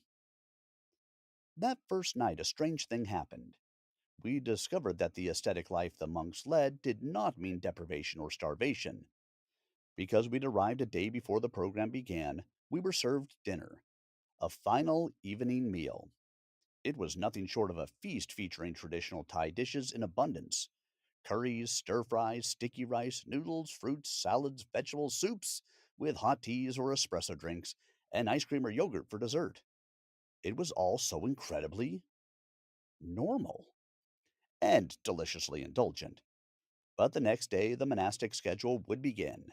No more dinners, only breakfast and lunch, prepared by lay Buddhist volunteers from the surrounding mountain villages. After a brief tour and tutorial on where and how to scrub our plates in the washroom tucked behind the kitchen, a space that smelled of dish soap and wet mops, we were released to explore the grounds and settle in. The goal wasn't to make it feel like home. That ship had sailed. But to coax something vaguely homish from a nylon tent and a plastic bin. I did a quick recon of the grounds, staked my claim in my tent with the optimism of someone pretending sleep would come easy, and stashed my toiletries in my assigned bin in the shower and shave building. There were two communal bathhouses, one for us and another identical version for the full time monks. Each structure had stone floors and six generous dark stone walk in shower stalls, each equipped with a modern toilet, shelving, and a thick, lockable door for privacy. The only thing not included? Any sort of netting or barrier between the top of the stall and the jungle beyond. The roof was thatched and overhung, yet open to the elements on all sides, which meant every shower was shared with a broad range of arachnid biodiversity. Spiders of every shape, color, and unnerving size hung out in the rafters, corners, and on the walls. They weren't alone either. Other insect life took up residence, though the spiders did an admirable job managing those populations. Of course, that meant that our spiders kept getting bigger.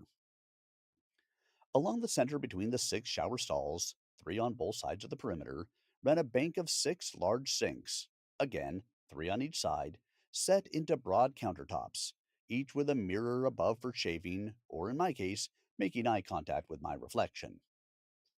Laundry was fully accounted for. Three modern washers, three dryers, and multiple clotheslines under the overhang out back. Backup supplies, soaps, razors, toothpaste, bug spray, and more were stocked in the supply closet, free for the taking when your personal stash ran out or when a spider laid claim to it. There wasn't backup shampoo because, well, monks. All in all, the facilities were sophisticated, clean, modern, well designed, and well considered. The kind of thoughtful practicality that whispered, "We'll take care of the details. You take care of your mind." I awoke to the jungle, high in the mountains of northern Thailand at Ai Monastery along the Luang River after a surprisingly deep and rest filled night. The jungle, boasting a staggering array of greens, yellows, browns, grays, with the occasional splash of reds, blues, pinks peeking out from the foliage, was dense and exotic. A mixture of deciduous broadleaf and evergreen trees integrated into the grounds and surrounds. The banana trees were especially beautiful, yet comical, their stereotypical broad-leafed form interwoven with palms, teaks, ficus, laurels, mango, frangipani, jackfruit, golden shower, trumpet bush, papaya, cannonball, fig, oleander, poinsana, bamboos, jasmine, and pandan bushes hit my vision like a movie scene, only missing choppers with Wagner's Cry of the Valkyries blaring through the canopy. Many hardwood trees sported long, wispy beards of moss and lichen, mocking the shiny, clean shaven heads of the monks, their trunks adorned with bromeliads and orchids residing in every joint and angle they could root in. And thus, monk life began. The massive gong in front of the meditation hall tolled three deep, sonorous notes beginning at 4:30 a.m. sharp every morning. its reverberations rolling across the jungle like an ancient reminder that time, as we know it, doesn't give a damn about your sleep schedule. I set my alarm for 4 a.m. I was fortunate. I'm a natural morning person. But 4 a.m. is still 4 a.m., and you're supposed to somehow feel spiritually uplifted at that early hour. The first few days weren't so bad.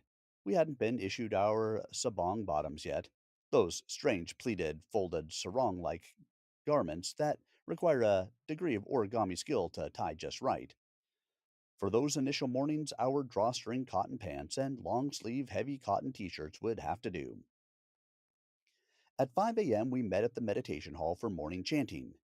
Yes, us monks love a good chant.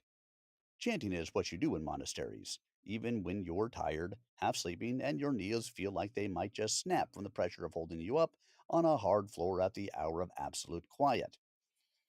The older monks make it seem effortless. Those chants are long. Sometimes they stretch over 45 minutes. The drone so rich and steady that it starts to feel like you're tapping into something ancient, something that predates your very comprehension of time. The words and ancient phrases in the Pali language loop together in a melody so strange to Western ears, it becomes strangely mesmerizing. But those first few mornings, we sounded like a bunch of choir boys coming out of an ambient jag. The rhythm of it, the alien words, the strain in your feet, ankles, and knees, nothing about it felt spiritual. It was physical discomfort disguised in a veil of deep meaning. Chanting. It's not just for breakfast. There's evening chanting as well. When I looked around, trying to check my classmates for some sign of shared misery, sure enough, there it was. The collective, bleary eyed, deer in the headlights look. We were all in this together, getting it wrong in imperfect harmony. I looked up at the enormous flat screen TV. Modern technology, thank you very much for adding some digital flair to a sacred ritual where scrolling beautifully rendered images of temples from across Southeast Asia graced the screen as our cue to chant along. We weren't exactly nailing the phonetics, but we gave it our best shot. We were like a group of seventh grade band members trying to keep their instruments in tune during the first practice. But eventually, something happened. A transformation. The chants started to seep in. The rhythm settled. The words and phrases, once unfamiliar, started to click. It was like my body and mind learned the cadence as mental muscle memory, and with it, the stories, ancient, sacred, and far older than anything I could ever wrap my head around, began to burrow their way into me. Slowly, almost imperceptibly, it became our chant, not just a chant. It became the rhythm and pulse of our early morning and evening meditations. And here's the funny thing, no one talks about how much you'll miss it when you leave. No one warned me that I'd pine for those moments as we got better, and the chants started to flow their ancient stories up into the hills. Not the knees, not the cramping, but that eerie resonance of voices, all of us singing in the jungle. The sound of history flowing through you, and you can't get it back.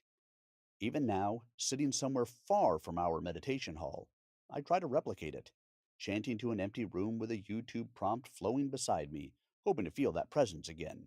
But it's simply not the same. The chants aren't something you can just pick up and play when you feel like it, as I do my guitars. You need the place, the time, the community, all of us, together. That's when the magic happens. And you only realize how much you miss it once you've walked away. Bante, an honorific bestowed upon me the moment I arrived, not because of any spiritual wisdom or extraordinary feats of accomplishment, or that I could channel my inner Buddha better than you. It was due to my age. I was the eldest of our group, which, in the context of Asian and Buddhist culture, automatically demanded respect. The title itself was an uncomfortable surprise. In monastic and indeed in Asian cultures, age affords you a bundle of privileges. I always went first at meals. I could, if I wished to, choose my chore assignments. And my accommodation, conveniently enough, was closest to the wash house. With age comes bladder issues? But the weightier expectation that comes with those invisible epaulets was to guide the others with my so called wisdom, and awareness, even though I had no clue what those things looked like in a monastic's context. In my Western upbringing, respect is something you earn, not something that's handed to you like a participation trophy. So being titled Bante felt false, felt untrue, like I was that asshole kid in school who turned in plagiarized homework and still managed to get an A. Only here, my A came with ill defined responsibilities that I hadn't exactly earned. I brought my consternation up with one of the teaching monks during a quiet moment. He explained, gently, that this is exactly why I was perfect for the role. My lack of desire to lead others is often what makes a good leader. I understood the psychology behind it. Hell, I'd used it myself on others in the past. But still, it felt like I had been handed the role of a wise elder without any preparation or expertise. I sighed, resigned, feeling completely unworthy of the weighty title that carried the expectations of wisdom, humility, and leadership. It felt like wearing someone else's shoes. Too big, too wide, and completely uncomfortable. As the days and weeks unfolded, I would find my role would prove me wrong. I wasn't a fraud. At least, not completely. Sangha, a word that gets tossed around in lay Buddhist and monk circles like it's going out of style. What is it, really? It's the third of the triple gems, the first being the Buddha, the second, the Dhamma, that we pay homage to. We chant the phrases and bow to the wisdom within with a humble rev,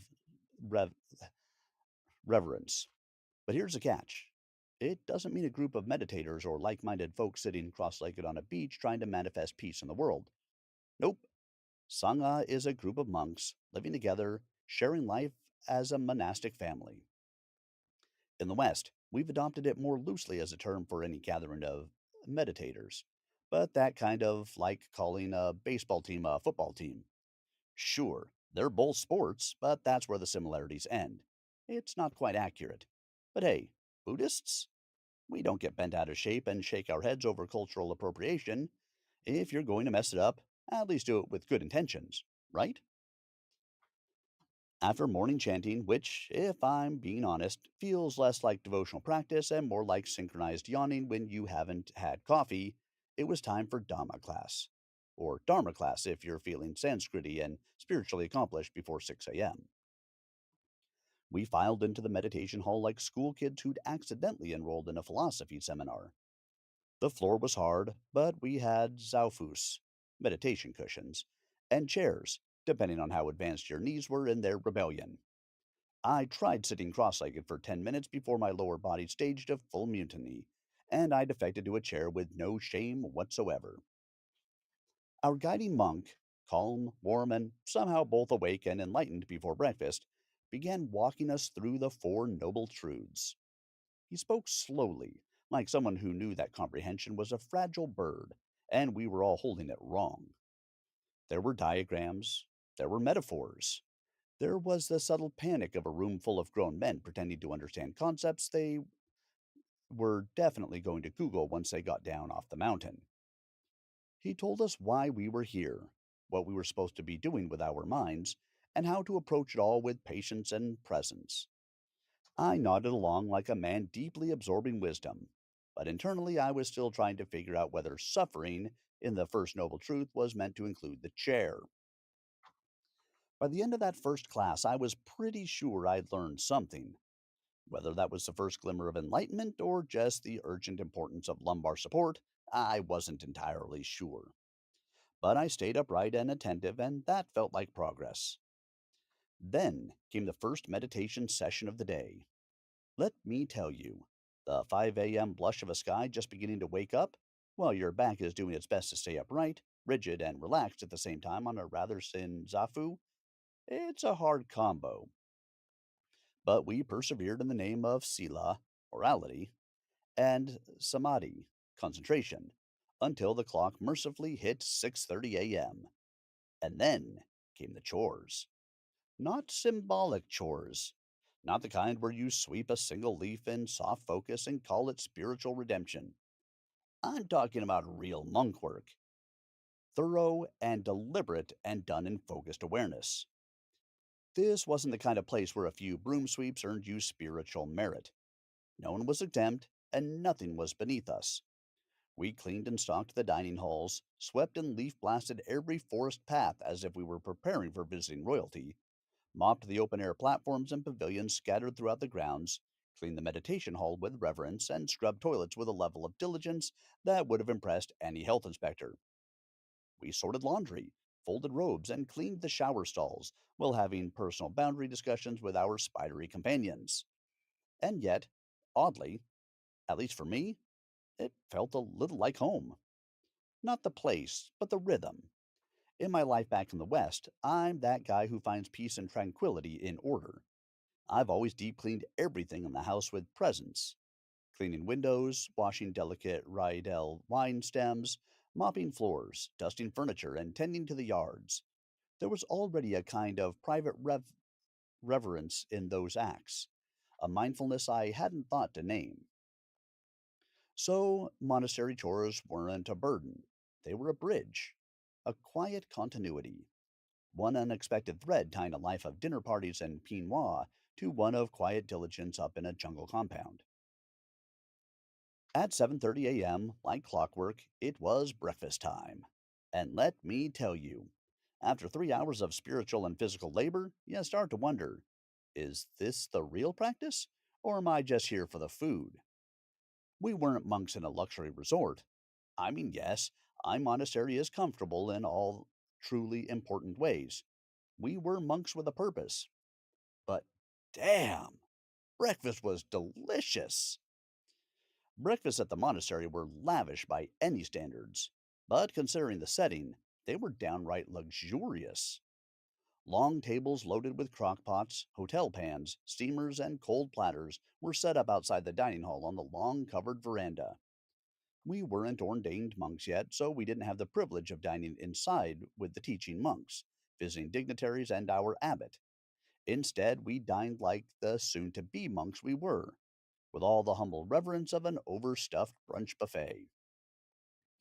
Thanks to the kind graces of the lay volunteer cooks, we were treated to a grand spread of traditional Thai dishes with enough to feed even the most voracious appetites. There was always a soup or congee, fried and hard boiled eggs, ham and sausage. Yes, meat. But as long as we didn't kill it ourselves, we were fine. A loophole I could live with. Rice or noodles, and daily smorgasbords of fresh fruits and green salads. We also had a large and very high tech espresso machine, which got more use than a beer garden trash can at a rock festival.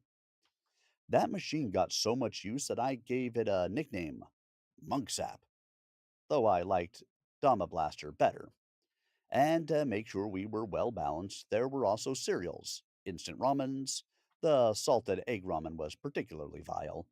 Yogurts, chips, cookies, and a variety of other snacks.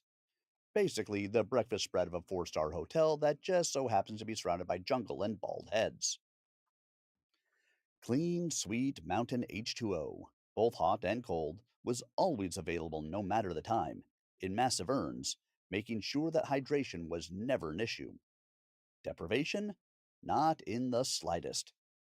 In fact, one of our teaching monks laughed during our initial Q&A and mentioned that many program participants actually gain weight during their time there. We were encouraged to eat as much as we wanted, but leaving unfinished food on your plate to be thrown away is an offense to the monastic lifestyle as well as to the generous people who donated that food. The key was not to pile your plate high with everything thinking that was your only shot at breakfast or lunch. If you were still hungry during mealtimes, you could go back for more. No questions asked or guilt thrown your way.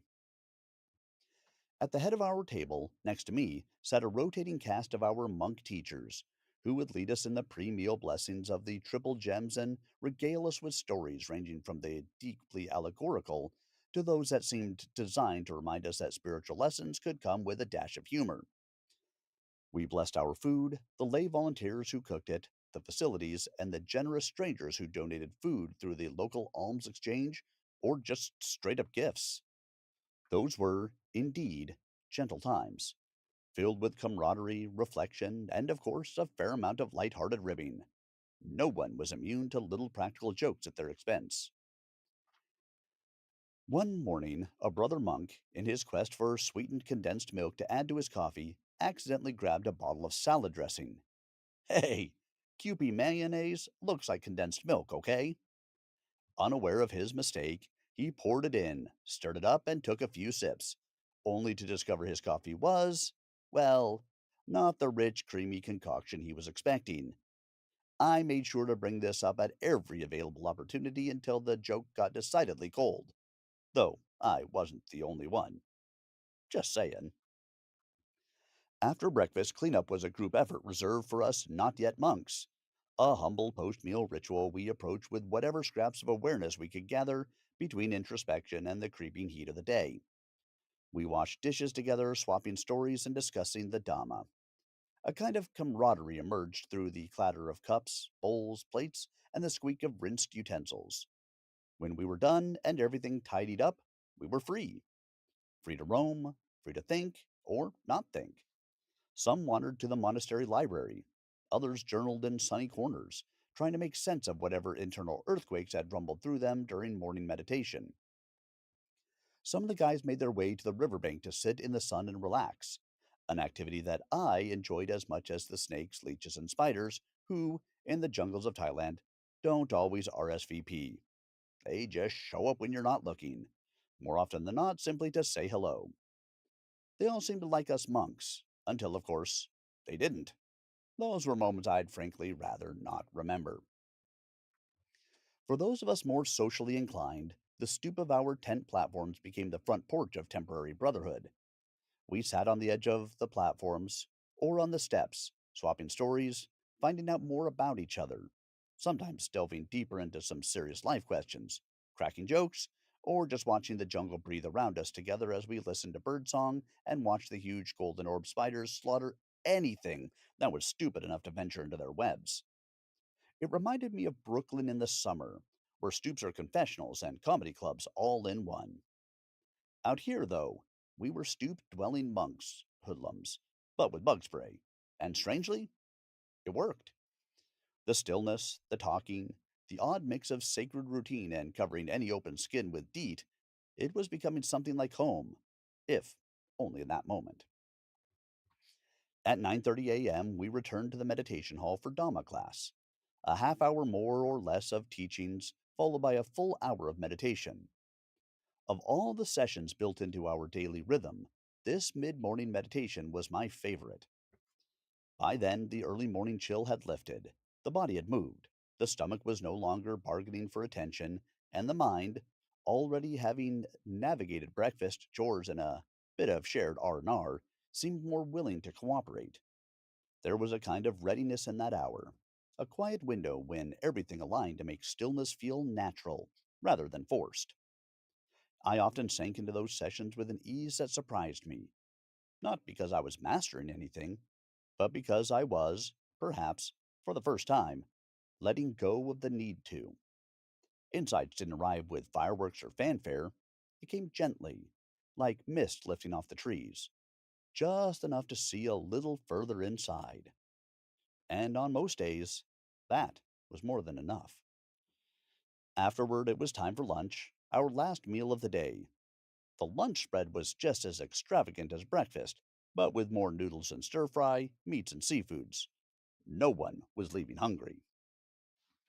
After cleanup, we had more free time until 2 p.m. when it was back to Dhamma class and meditation until 4 p.m. The midday breaks were lovely moments, a pocket in the monastery's clockwork day where time seemed to fan itself out like a lazy puppy in the sun.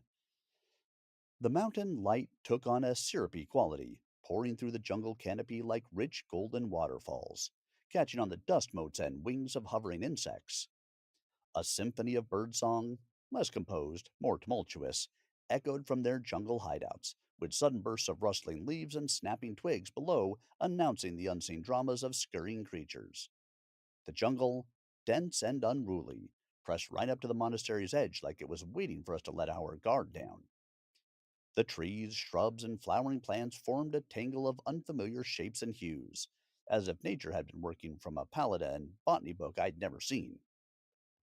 There was extraordinary beauty, yes, but a watchful allure, the kind that doesn't quite trust you. At times it felt like a pack of velociraptors might burst out from the green wall, eyes glinting, ready to reclaim their territory and shred every robe wearing intruder in sight. But aside from the monks, who often moved like ghosts, my co inhabitants were the occasional squirrel, a few scrawny but streetwise temple dogs, and butterflies.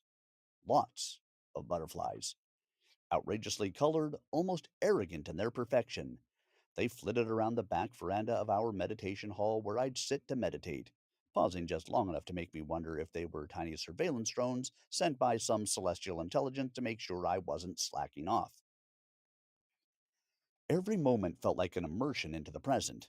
The troubles, fears, doubts, and sadness that had once seemed so pressing faded away like distant memories. They were still there, lingering at the edge, but I was too busy soaking in the fresh mountain air, the view, and the inner workings of my mind to care. Then it was back to free time, a loosely defined interval that promised rest or reflection but often translated into wandering the grounds with my journal and pen in hand with no particular plan. I would read or write, but more often than not I found myself wandering in slow loops, often connecting with a brother from the Sangha. Usually, this meant orbiting conversations about anything but monastic life, talk of past travels, future plans, food and cooking, art, music, or life milestones. The rest of the time, I simply watched from a distance, trying to decipher the rhythms of the more seasoned practitioners, as if proximity might grant me a clue to their inner peace. At 6:30 p.m., we returned to the meditation hall. The evening session of evening chanting and meditation beneath the humming lights and serene gaze of Buddha until 9 p.m. After that, it was a quiet shuffle to the wash house, where we brushed our teeth with ritualistic precision and washed the day off our faces in cold water. Then, back to our tents, zipping ourselves into our nylon sanctuaries like spiritual caterpillars, observing the strict 9:30 p.m. curfew with reverence. Or maybe not. Was I the only one using a flashlight under the blanket? Like some wayward Hogwarts student hiding from the Dursleys? Probably not, but I didn't pry. We were a chatty bunch, but asking about rule bending felt like a violation of that unspoken don't ask, don't tell policy. I've always read at night. It's how I shut my brain down. But let's just say my reading list wasn't entirely approved curriculum. I'd borrowed a few Dhamma texts from the monastery library to try and, actually learn something about the world I'd ventured into. But my real bedside prize was The Story of Sushi by Trevor Corson, another book I'd smuggled into my bin.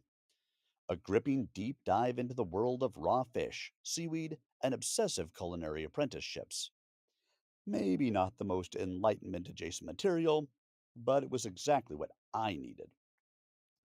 So there I was, flashlight barely flickering under my blanket like some teenage delinquent in a tent, sneaking in a few pages before the charge or my eyelids gave out.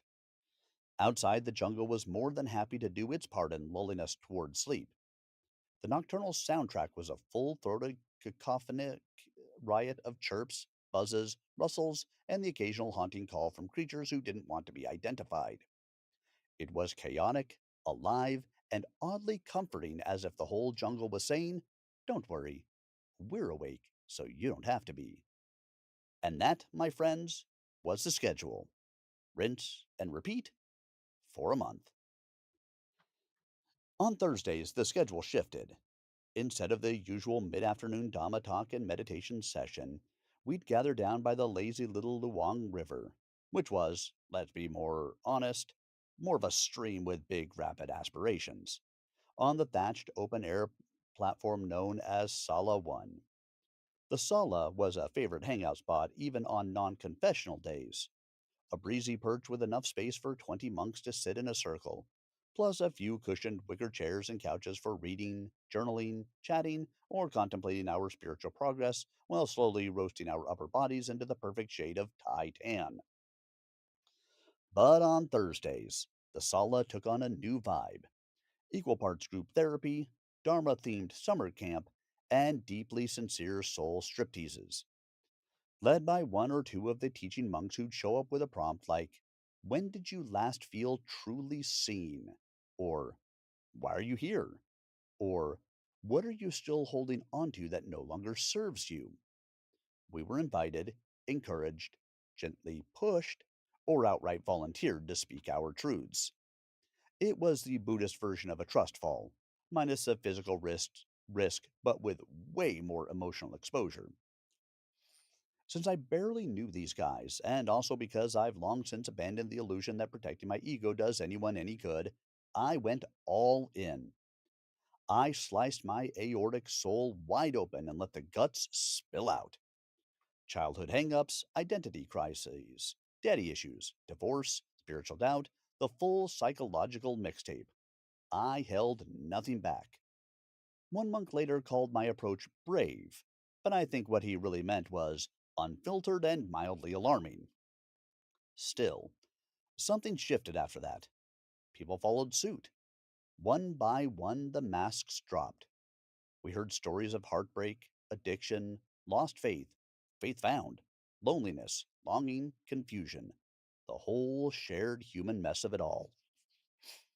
And in that open air sala, with the breeze from the Luang threading through the trees, we became more than just fellow monks observing precepts and sitting in a circle. We became something closer to brothers. When you bare your soul without flinching, and people don't turn away but nod that they've been there too, that's when real friendship happens. That's when you stop feeling like a spiritual tourist and start feeling like you belong. It was the day after our first monk chat clatch, Thursday, when something happened that caught me completely off guard and changed my life. One of those rare things that slips quietly into you, settles in without fanfare, and stays lodged in your heart forever. I was in the dining hall, taking a mid afternoon break, nursing what could only be described as a 15-shot latte. Monastic life doesn't mean going without caffeine, and scribbling in my journal. The place was empty. A gentle warm breeze drifted through the mesh walls as jungle sounds wafted in. That's when one of my fellow inductees approached and politely asked if he could join me. Tan the man. That's what I called him.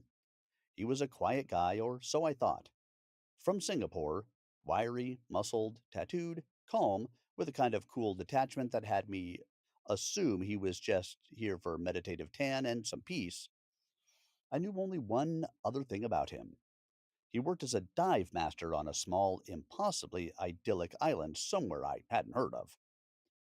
He'd only opened up a crack during the group session the day before, but I had noticed something. When I was laying bare the raw, excruciating wreckage of my failed marriage, he was really listening. Not politely, not out of obligation, but with a fierce, quiet empathy. His eyes had welled up, just for a second, but I'd seen it. He'd sat down and asked if we could talk. I slid my journal aside and said, "Yes, of course." What followed was one of those rare soul to soul conversations that rarely comes along in a lifetime. He shared his own story, just as painful, just as wrecked. A parallel collapse, a different country, a different face, but the same ache, the same unraveling of love and passions for another. And in that moment, our pain braided itself together like two strands of rope finally finding tension and hold. We talked, we cried, we cursed the circumstances that had flayed our hearts. We nodded at each other through the heartbreak as if saying, "Yeah, man, I see you. I get it." And in that raw, unguarded space, we became true brothers. Tan the man, this gentle, open hearted, quietly extraordinary man, gave me something I didn't even know I was starving for: real, unvarnished human connection. No platitudes, no fixing, just presence, kindness, empathy, truth. A space where it was okay to be absolutely wrecked. I looked at him differently after that, with deep gratitude, with respect. That afternoon stripped away more pain than weeks of meditation or counseling ever could. It was a lesson in compassion. I'll never forget how healing can come not through solitude, but through someone else simply saying, "You're not alone. Me too." We became fast friends, still are, and even though we live a globe apart, whenever we catch up, WhatsApp is awesome for that. It's like flipping back to that table, like time politely stepped aside to let something important through. Our bond we forged in the quiet aftermath of his generosity still hums in the background, steady as ever. Every time we talk, I find myself wishing we were side by side again. No robes, no river, just two men with a cup of tea or a cold beer between us. That familiar hum returns. Not the sound of enlightenment, but something better. The easy rhythm of two open hearts that once crawled out of the same abyss and somehow found each other on the ledge. Call it wisdom, or shared survival, or just the rare comfort of knowing there's someone out there who saw you in your most stripped down state and didn't look away. Perks came with my role as Bante. Most notably, I had the privilege and honor of recommending, instigating, and occasionally guiding my brothers in a variety of ways. As the eldest, I was supposed to offer wisdom and direction, but in truth, I was winging it, playing the role of a leader who wasn't quite sure if that whole guiding thing was a passing phase or something I'd have to keep up until I got a real job. One thing I was sure of, though, I had done a lot of research on Thailand before arriving, and not just the obligatory travel guide stuff. I dove deep into the festivals, the food, the culture, the history, the land, and its people. This obsession paid off in ways I hadn't anticipated. One festival in particular had snagged my attention: Yi Peng, the Festival of Lights. And wouldn't you know it, Chiang Mai is the center of Thailand for that celebration. The date was perfect: November 15th, 2024, smack dab in the middle of our monastic time. By then, we would be fully ordained monks. Fate sometimes shines brightly. I had heard about the Yi Peng festival from a monk back in the States who found out I would be near Chiang Mai in November and clued me in. I sought out images and videos of glowing lanterns, called Kom Loi, floating into the night sky as people released those beautiful airborne light rafts skyward, creating a magical sea of rising hopes and prayers. What I saw was visually stunning and spiritually enchanting. But of course, there was one catch. We were 2 hours up in the mountains in monk mode, with no opportunity for a night out on the town. Naturally, I wanted to go. I mean, sure, desire causes suffering, that cycle of dukkha that we were all trying to break. But when you're sitting on a mountain of monkish duties and responsibilities, the idea of an epic light filled celebration becomes an enticing form of suffering. So I decided to go for it and leverage my Bante role into something fun for all. I sidled up to Luang Pai Fup, my mentor, my confidant, my sounding board in things intellectually rebellious, with a question that shimmered with potential scandal. Could we venture into town to witness that grand spectacle? The issues were many, not least were geography, logistics, and optics. Yipeng would be lighting up Chiang Mai 2 hours away, while we were stashed deep in the hills like Enlightenment trainees on lockdown, wrapped in orange robes and spiderwebs, serenaded by the jungle's symphony. But what's life without a little scheming? A plan formed in my head, hazy, half baked, and potentially heretical. One that might lead us to a moonlight celebration filled with floating lanterns and spiritual symbolism, or into a quiet lecture about attachment and frivolity. So I kept my trap shut until I had a solid yes. This little rebellion would stay hidden. If it turned out to be a no, well, nobody had to know I'd plotted an adventure. Karawa Krab, Luang Pai Fup. May I speak with you for a moment in private? I asked. Of course, Brother Lawrence, he said, his eyes crinkling with warmth as we strolled along the sun dappled path, the jungle quietly surrounding us. What's on your mind? I'd like to see if we could all go to Yi Peng. I want to pay for vans to take us there, as a sangha, I explained. Wang Pai Fop turned to me, his smile deepening, but there was a flicker of something thoughtful in his gaze. You are a good Bonte. I am not sure if that can happen, but I'll discuss it with Luang Pai Naurong Chai at our next meeting. LP Fop said, a glint in his eyes. I exhaled a little, hoping that my plan, with over a week's notice and my offer to cover the cost of 2 vans, would be enough to convince the powers that be. After all, what better way to bond as a Sangha than sharing in something as beautifully Thai as Yi Peng, a true cultural experience for the monastery as a whole? The days ticked by with all the urgency of a broken clock, and yet not a word was spoken about my request. We fell into our routine, that familiar rhythm that felt increasing like a veil between me and the world outside. I began to worry. Maybe Luang Pi Fop hadn't managed to bring it up with the abbot after all. Maybe my well intentioned plan to introduce some Thai cultural magic to our Sangha was just a well meaning fantasy, doomed to dissolve into thin air. As the suspense morphed into an insistent, nagging suspicion that my idea had quietly died in the jungle underbrush, I found myself pacing and mentally restless, like a monk on the brink of an existential crisis, or at least a really inconvenient bout of FOMO, fear of missing out. My monkey mind, that eternal trickster, had clocked in for overtime. It tossed banana peels of doubt across every promising thought. Maybe Luang P. Fop was pretending I never asked. Maybe I'd crossed some invisible karmic line by even entertaining the idea.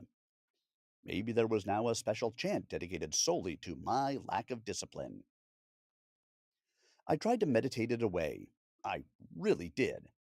I sat on my mat overlooking the stream, straight backed and determined, silently repeating, let it go, let it go, let go. But all I got in return was a Technicolor slideshow of floating calm loy, candlelit rivers and Thai boys and girls in silk releasing their lanterns with excitement that mocked my inner turmoil. Why was this such a big deal? I argued with myself. This is classic clinging, textbook craving. You came here to release attachments, not go chasing fireworks like a Buddhist moth to flame. And yet, wasn't joy also part of the path? Wasn't beauty a Dhamma gate too?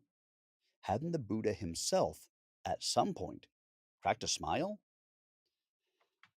By the end of it, I'd authored a full internal thesis justifying the spiritual merit of sneaking off to a festival. Chapter 1, Impermanence of Lanterns. Chapter 2, Mindfulness in Motion. Chapter 3, Non Attachment to Schedule. I was losing the plot, but in a philosophical way. And still no word from Luang P. Fop. Just me, pacing around, craving moral loopholes. Finally, I couldn't take it any more. I approached Luang P. Fop, who was looking as unperturbed as ever, as if he hadn't been the star of my anxious thoughts for the past several days. It was like he had been avoiding me, but that was just my monkey mind screwing with my mind. I don't want to bother you, but did you get the chance to discuss the festival with Luang P. Narong Chai? I asked as we worked together to fold my Jiwan into the perfect robe. Of course I did. You're being impatient, he said, laughing. We are all going to go, and Wang Pi Narong Chai was touched by your leadership and willingness to sponsor the activity for everyone. A wave of relief flooded through me. Part joy, part thank Gautama I didn't get expelled. It wasn't just that the festival was happening, it was that I hadn't caused some kind of robe rustling disturbance in the force by even asking for it. No raised eyebrows, no passive aggressive proverbs slipped into morning chanting, no sudden double latrine duty. Just silence. Strategic, suspicious silence. They'd kept it under wraps. A surprise. Oh, those playful monks, cloaked in saffron and mystery and kindness, apparently capable of pulling off covert ops better than a CIA field team. For days they'd walked around serenely, like nothing was brewing, while secretly plotting a festival jailbreak. Somewhere between morning alms and evening meditation, a plan had been hatched, and I hadn't even noticed a sparkle in anyone's eyes. I couldn't decide whether to bow in gratitude or accuse someone of gaslighting me with metta. Either way, we were going to Yi Peng. and now I had full spiritual clearance. The festival was only 2 days away, cutting it pretty close, but it felt like an eternity had passed in my mind. I had successfully dragged a bit of the outside world into our monastery cocoon, and I was gleefully excited to see it all unfold. Would you like to make the announcement at meditation this afternoon? Luang Pifop asked. If it's okay with you, I'd rather you or Brother Jug or what make the announcement. I would feel a little out of place, I replied. I shifted my weight from one foot to the other, a little hesitant to take the spotlight in front of the Sangha, even though I was technically the one behind the curtain pulling the strings. Luang P. Fop slipped into his stern leadership role. I don't think that's appropriate. It was your idea and desire to treat your brothers to one of our most important festivals, so it must be you who tells your brothers. Be the leader you're meant to be. I sighed. All right, but will you be there? Maybe. And with that, he chuckled, his big grin leading the way as he left to attend to his always busy schedule. It was Wednesday, November 13th.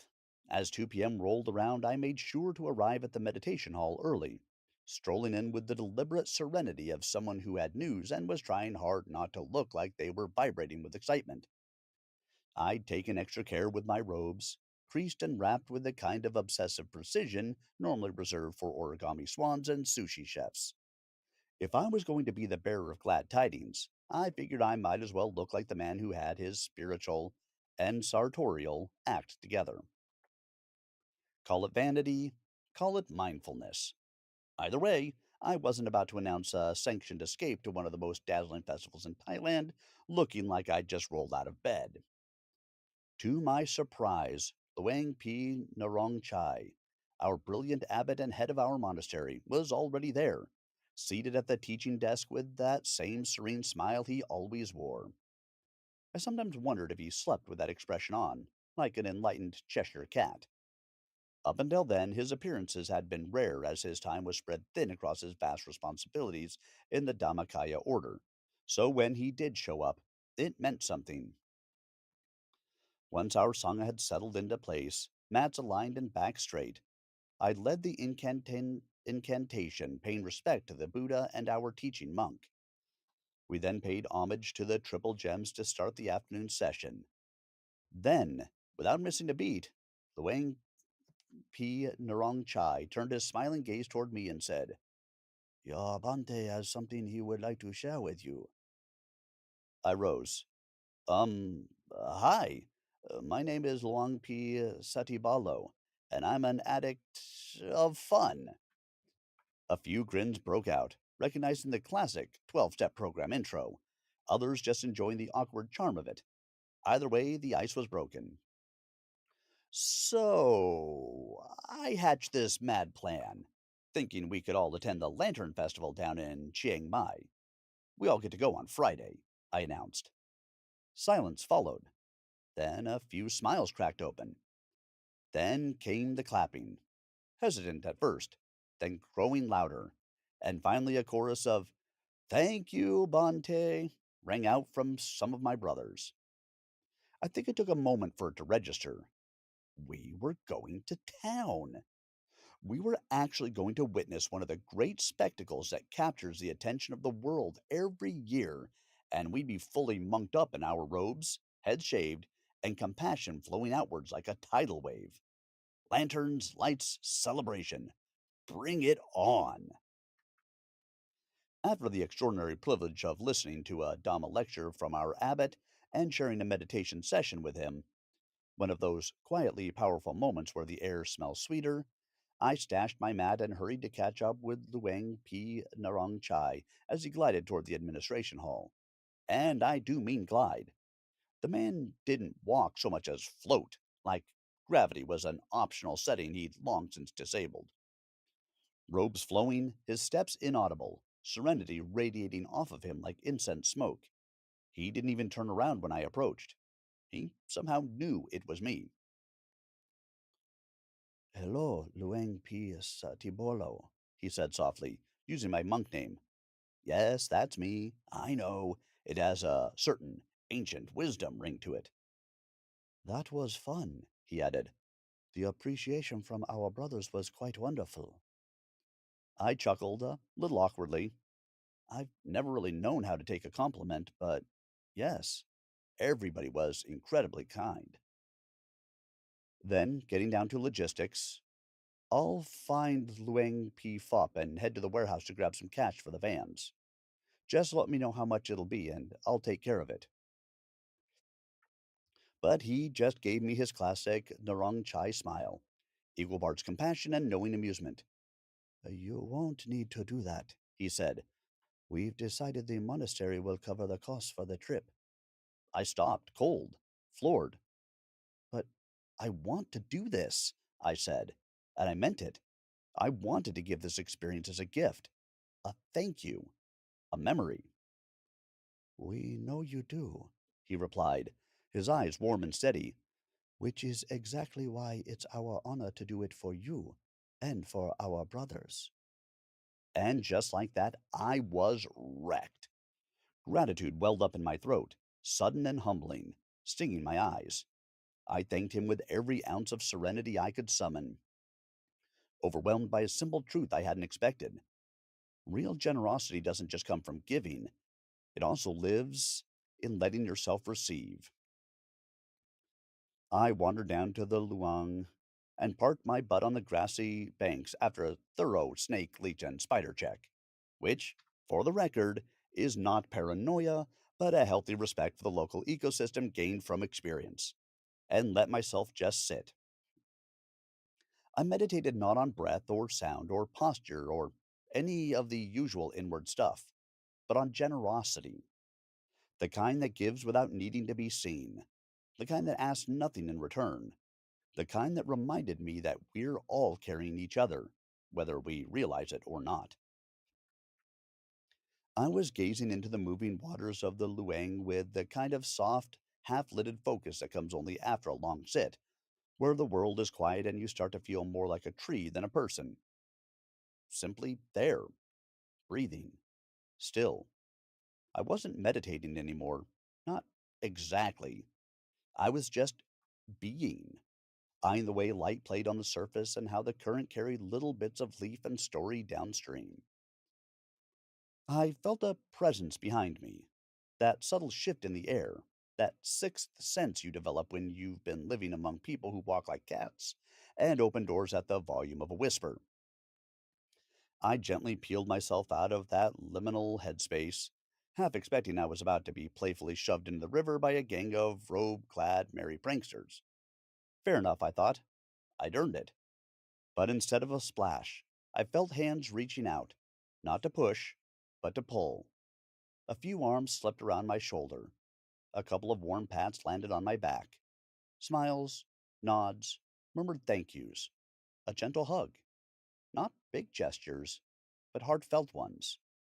My brothers, those fellow seekers, misfits, travelers in saffron, were thanking me for organizing the upcoming field trip. And in that moment, something opened up in me. I felt pride, which, as any monk will tell you, is a very naughty thing to do. I made a note to meditate on that later, after I finished enjoying that moment. Because here's the thing, we don't always appreciate how much a quiet thank you matters, or how rare it is to feel seen and loved.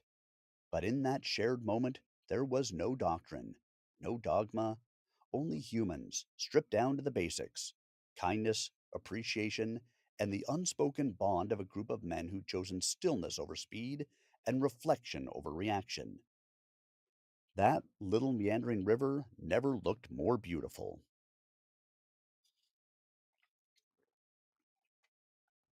It was Luang P. Fopp's time to shine. Planning, logistics, and execution were the work he was born to do. Transportation had to be arranged.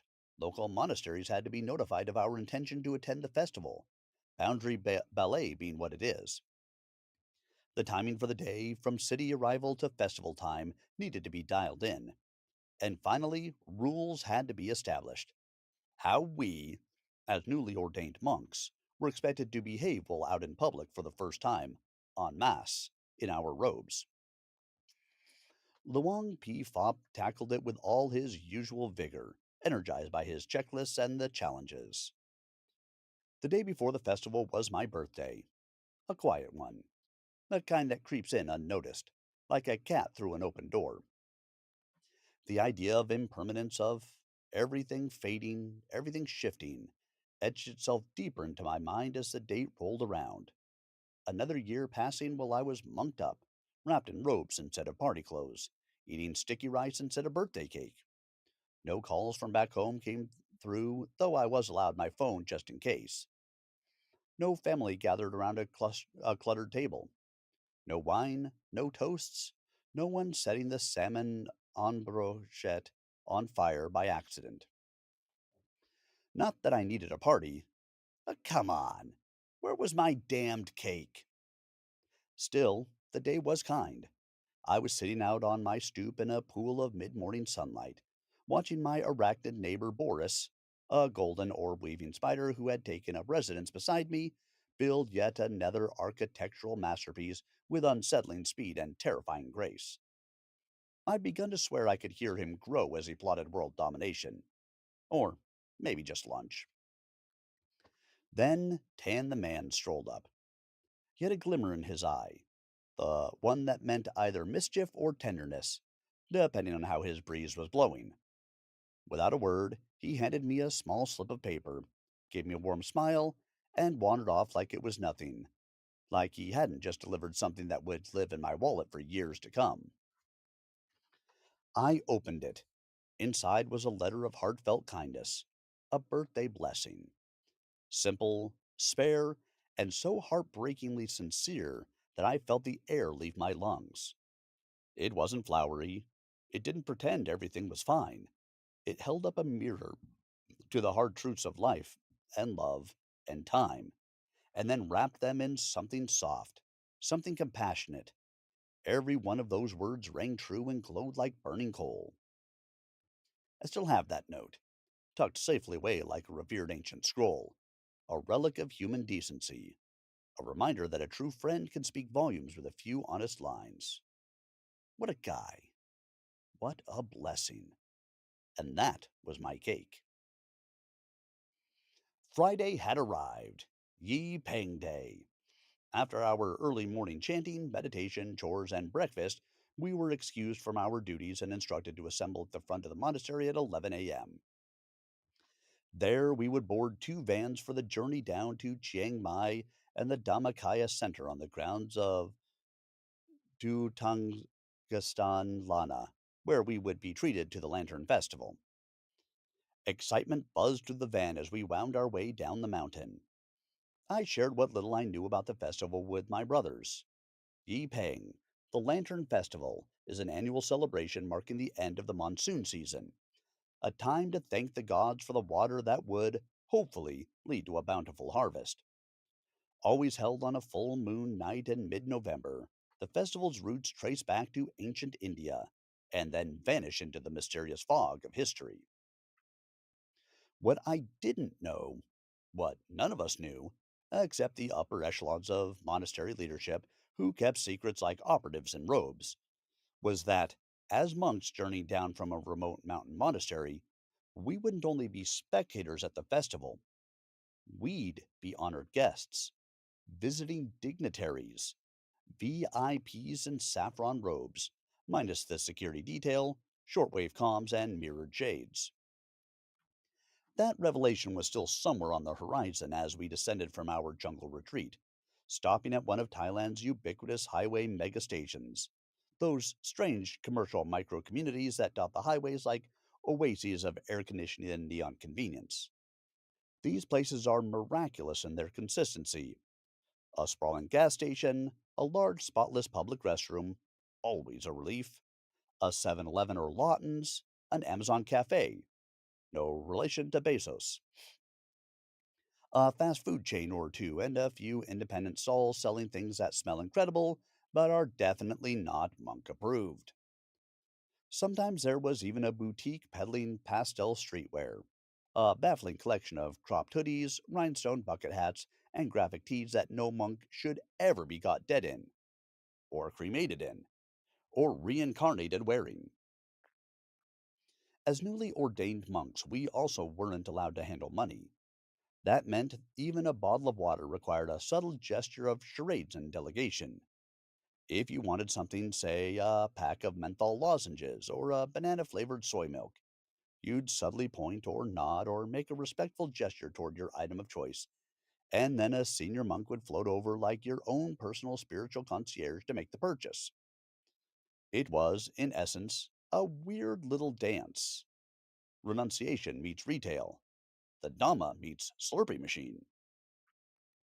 What really sent me, though, were the expressions on the store clerks' faces as the temple van doors swung open and an orange tidal wave poured into the aisles.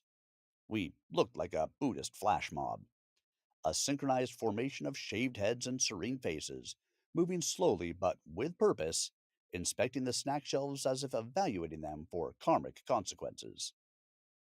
I noticed one young employee frozen mid restock, her eyes wide, as a monk picked up a box of pocky sticks and studied it like it might contain a hidden sutta. Another cashier looked torn between reverence and panic, bowing nervously at a monk who was deeply engaged in a contemplative squint at a shelf of seaweed snacks. It was pure monastic surrealism. We arrived at the grounds, pulling onto a large, grassy field. It was then that abject misery and suffering struck us like a playfully cruel spirit. We slowly made our way through the coned corridors, where bank after bank of street carts and food booths were set up, all of them cooking and selling everything you could ever desire to eat. There was a grilled steak cart. Come on, that was just cruel.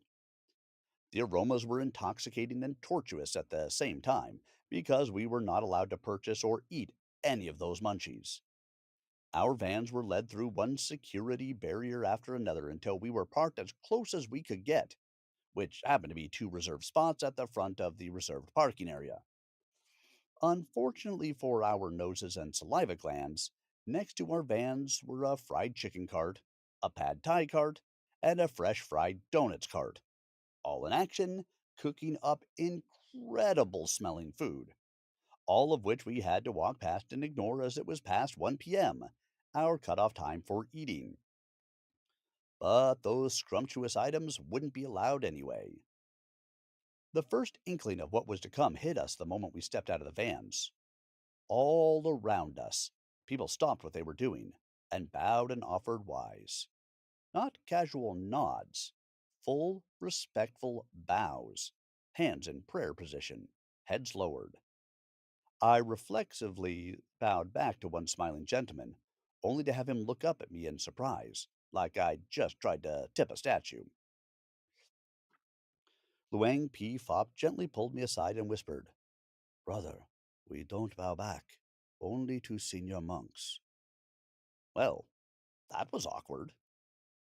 To my Western raised brain, returning a bow felt like a simple courtesy, an acknowledgement of connection and mutual respect. But I learned that in Thai Buddhist culture, lay people bow to monks as a form of reverence, not as a social gesture. It's not about mutual exchange. It's about the chance to generate merits, which is something people take very seriously. My instinctive urge to level the playing field had, in a way, short circuited his sacred offering. Lesson learned. Sometimes the kindest thing you can do is simply accept honor. We were greeted by a group of warm, good humored elderly senior monks who lived at the center, with gentle smiles and the kind of grace that made me feel like royalty instead of a sweaty foreign monk. They personally led us to a vast hall where cold water and iced fruit juices were laid out for us. Thank goodness we were finally out of range of the food carts, because earlier, as the smell of grilled meat and fried chicken wafted through the air, something deep and primal had stirred. Specifically, the image of a perfectly charred ribeye, the hardwood smoke, salted fat sizzling onto hot coals, each drip setting up a puff of flavor. which could break my willpower. It had invaded my sensory mind like a Trojan horse of hunger. I wasn't just craving steak, I was yearning for my domed barbecue back home like a lost lover. After we'd refreshed from the drive, we were invited to tour a garden farther down the campus grounds. It had been transformed into a showcase of our Dhammakaya Foundation's outreach programs with the mountain village tribes. The goal? To shift these communities away from not only traditional opium production, but a newer, far more destructive scourge, methamphetamine. Through education, regional grants, and government subsidies, the foundation was teaching tribal members how to promote ecotourism, monetize the beauty of their traditional arts and crafts, and cultivate high value crops like coffee and tea.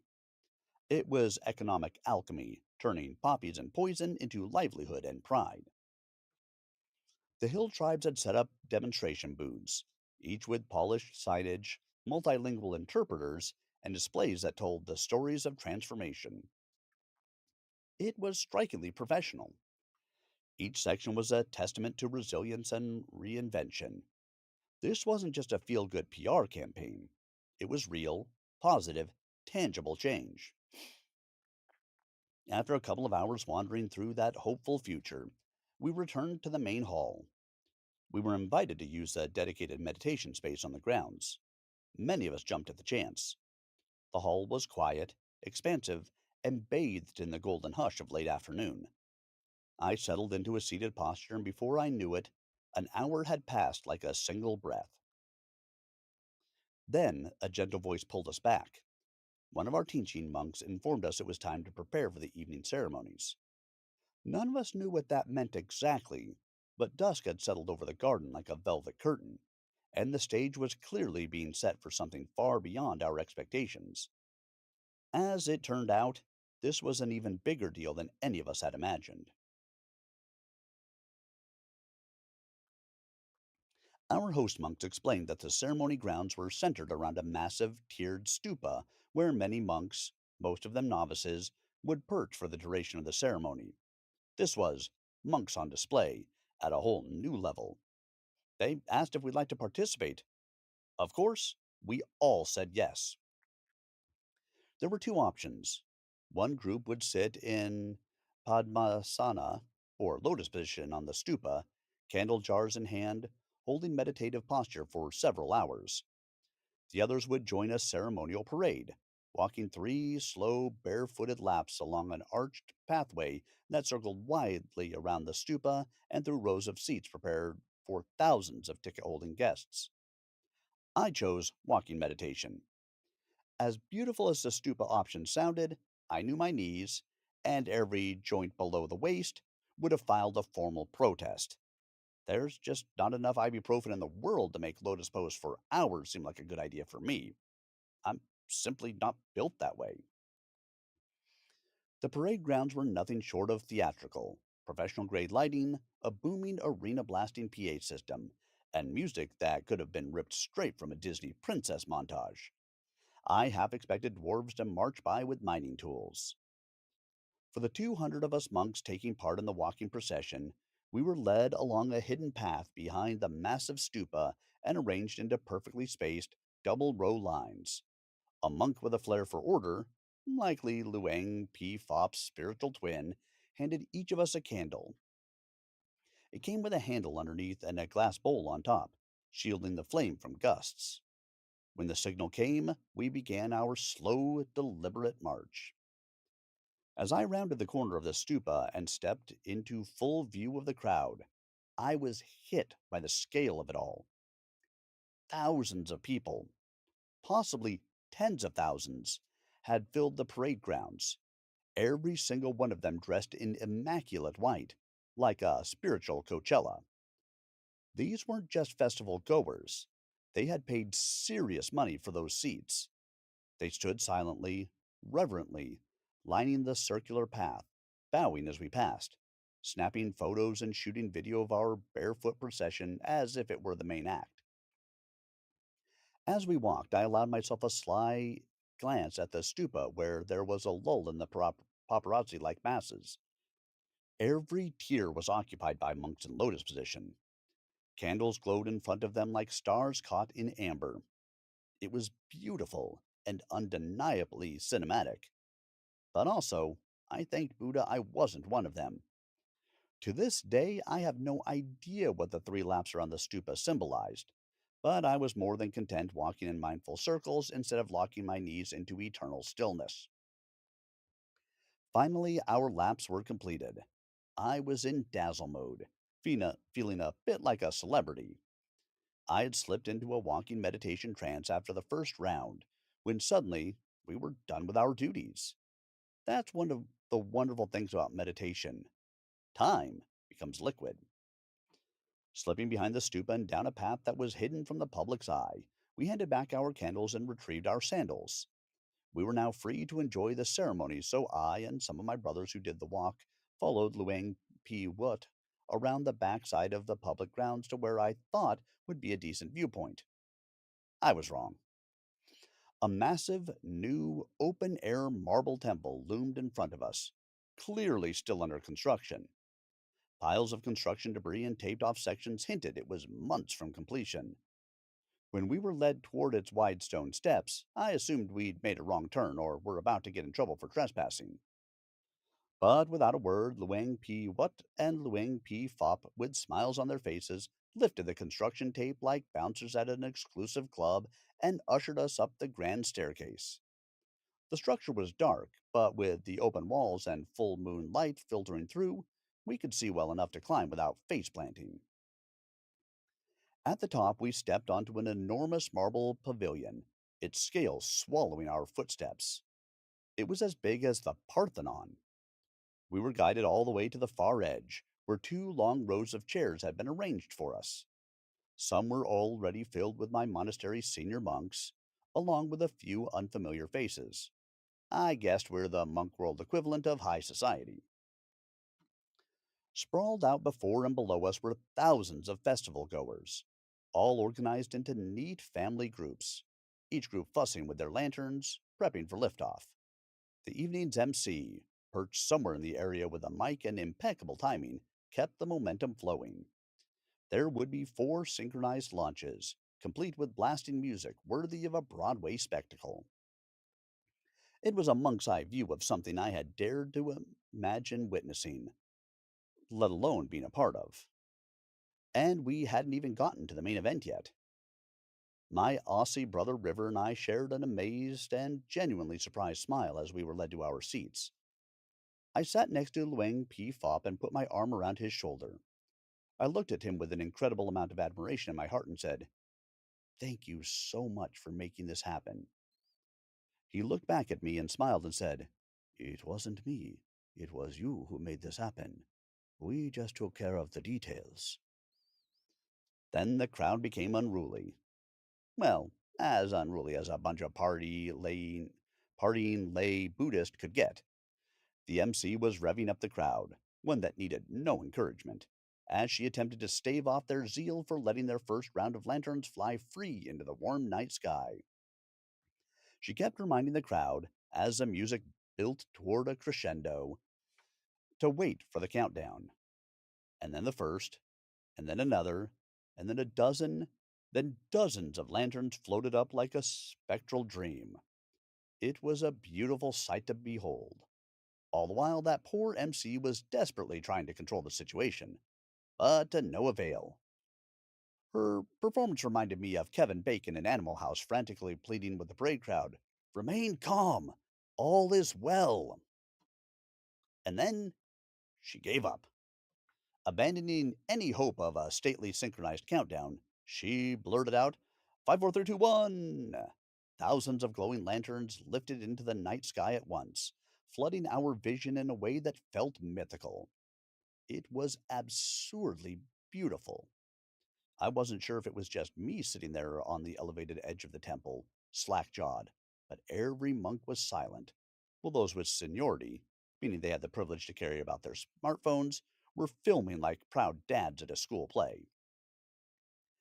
I've seen some truly beautiful things in my life, natural wonders across the globe, the loving gaze and smile of my ex wife, back when those things were still directed my way. My eyes have been blessed, bedazzled, and even brought to tears. Happy ones, occasionally. But this? This festival of floating fire? It earned its place at the top of the list, possibly elbowing everything else off the podium. Despite the bass still thumping somewhere in the background, the entire crowd, who just moments earlier had erupted in wild cheers when a rogue dozen lanterns jumped the gun, now stood utterly silent, faces tilted skyward, as thousands of hopes, prayers, and resolutions drifted toward the heavens, glowing like earnest UFOs. And it happened again, then again, and again. Each liftoff did nothing to diminish the previous round's sense of awe. Back in the van, heading home in the dark like some rogue monastic snack cartel, we rehashed the night while I not so stealthily passed around a large bag of contraband munchies I had cajoled Luang P. Fop into purchasing for me on the sly. I had stashed away my cash, a bag brimming with Linder truffles, Milky Ways, and gummies for the ride home. Technically off limit. The result? A feeding frenzy worthy of Shark Week on cable TV. Up front, Luang P. Fop maintained his noble facade of moral high ground, eyes forward, pretending to meditate, presumably thinking about impermanence or road safety. But I caught him, the faintest curl of a smile sneaking across his lips. He knew. He approved. Or at least, he didn't disapprove enough to remonstrate us. As we wound our way back into the hills, the black of night wrapped around the van like a soft robe. We occasionally spotted distant clusters of lanterns still rising skyward from little villages tucked away in the trees and folded into the mountains, still in mid reverie. It was like watching the festival continue in whispers long after the music had faded. Josh sat next to me, my brother and fellow globetrotter. We'd shared many conversations, intellectual rabbit holes, and the kind of sibling telepathy forged through time and shared dysfunction. But now he was quiet, staring out into the night, somewhere far away in his head. So, what did you think? I asked him quietly. He turned slowly, with that big, beautiful, unmistakable Josh smile. His eyes were a little glossy. It was the most beautiful thing I've ever seen anywhere on earth in my life, he replied. Ah, another very long chapter. I'm glad that I started it, but it went on a little bit longer than I was expecting. I hope you guys have managed to make it through the reading with me as we went through. A little bit longer than normal, but hey, I hope you guys all had a good time with it. As always, I will be taking all of the chapters that we read this evening and posting them up to the YouTube channel. So if you missed anything, hey, stop up there, take a listen. If you are enjoying the book and you would like to support the author, check out some of the links on the YouTube video, and it'll take you to the author's website, his Substack, his author page on Amazon, all sorts of fun things for you.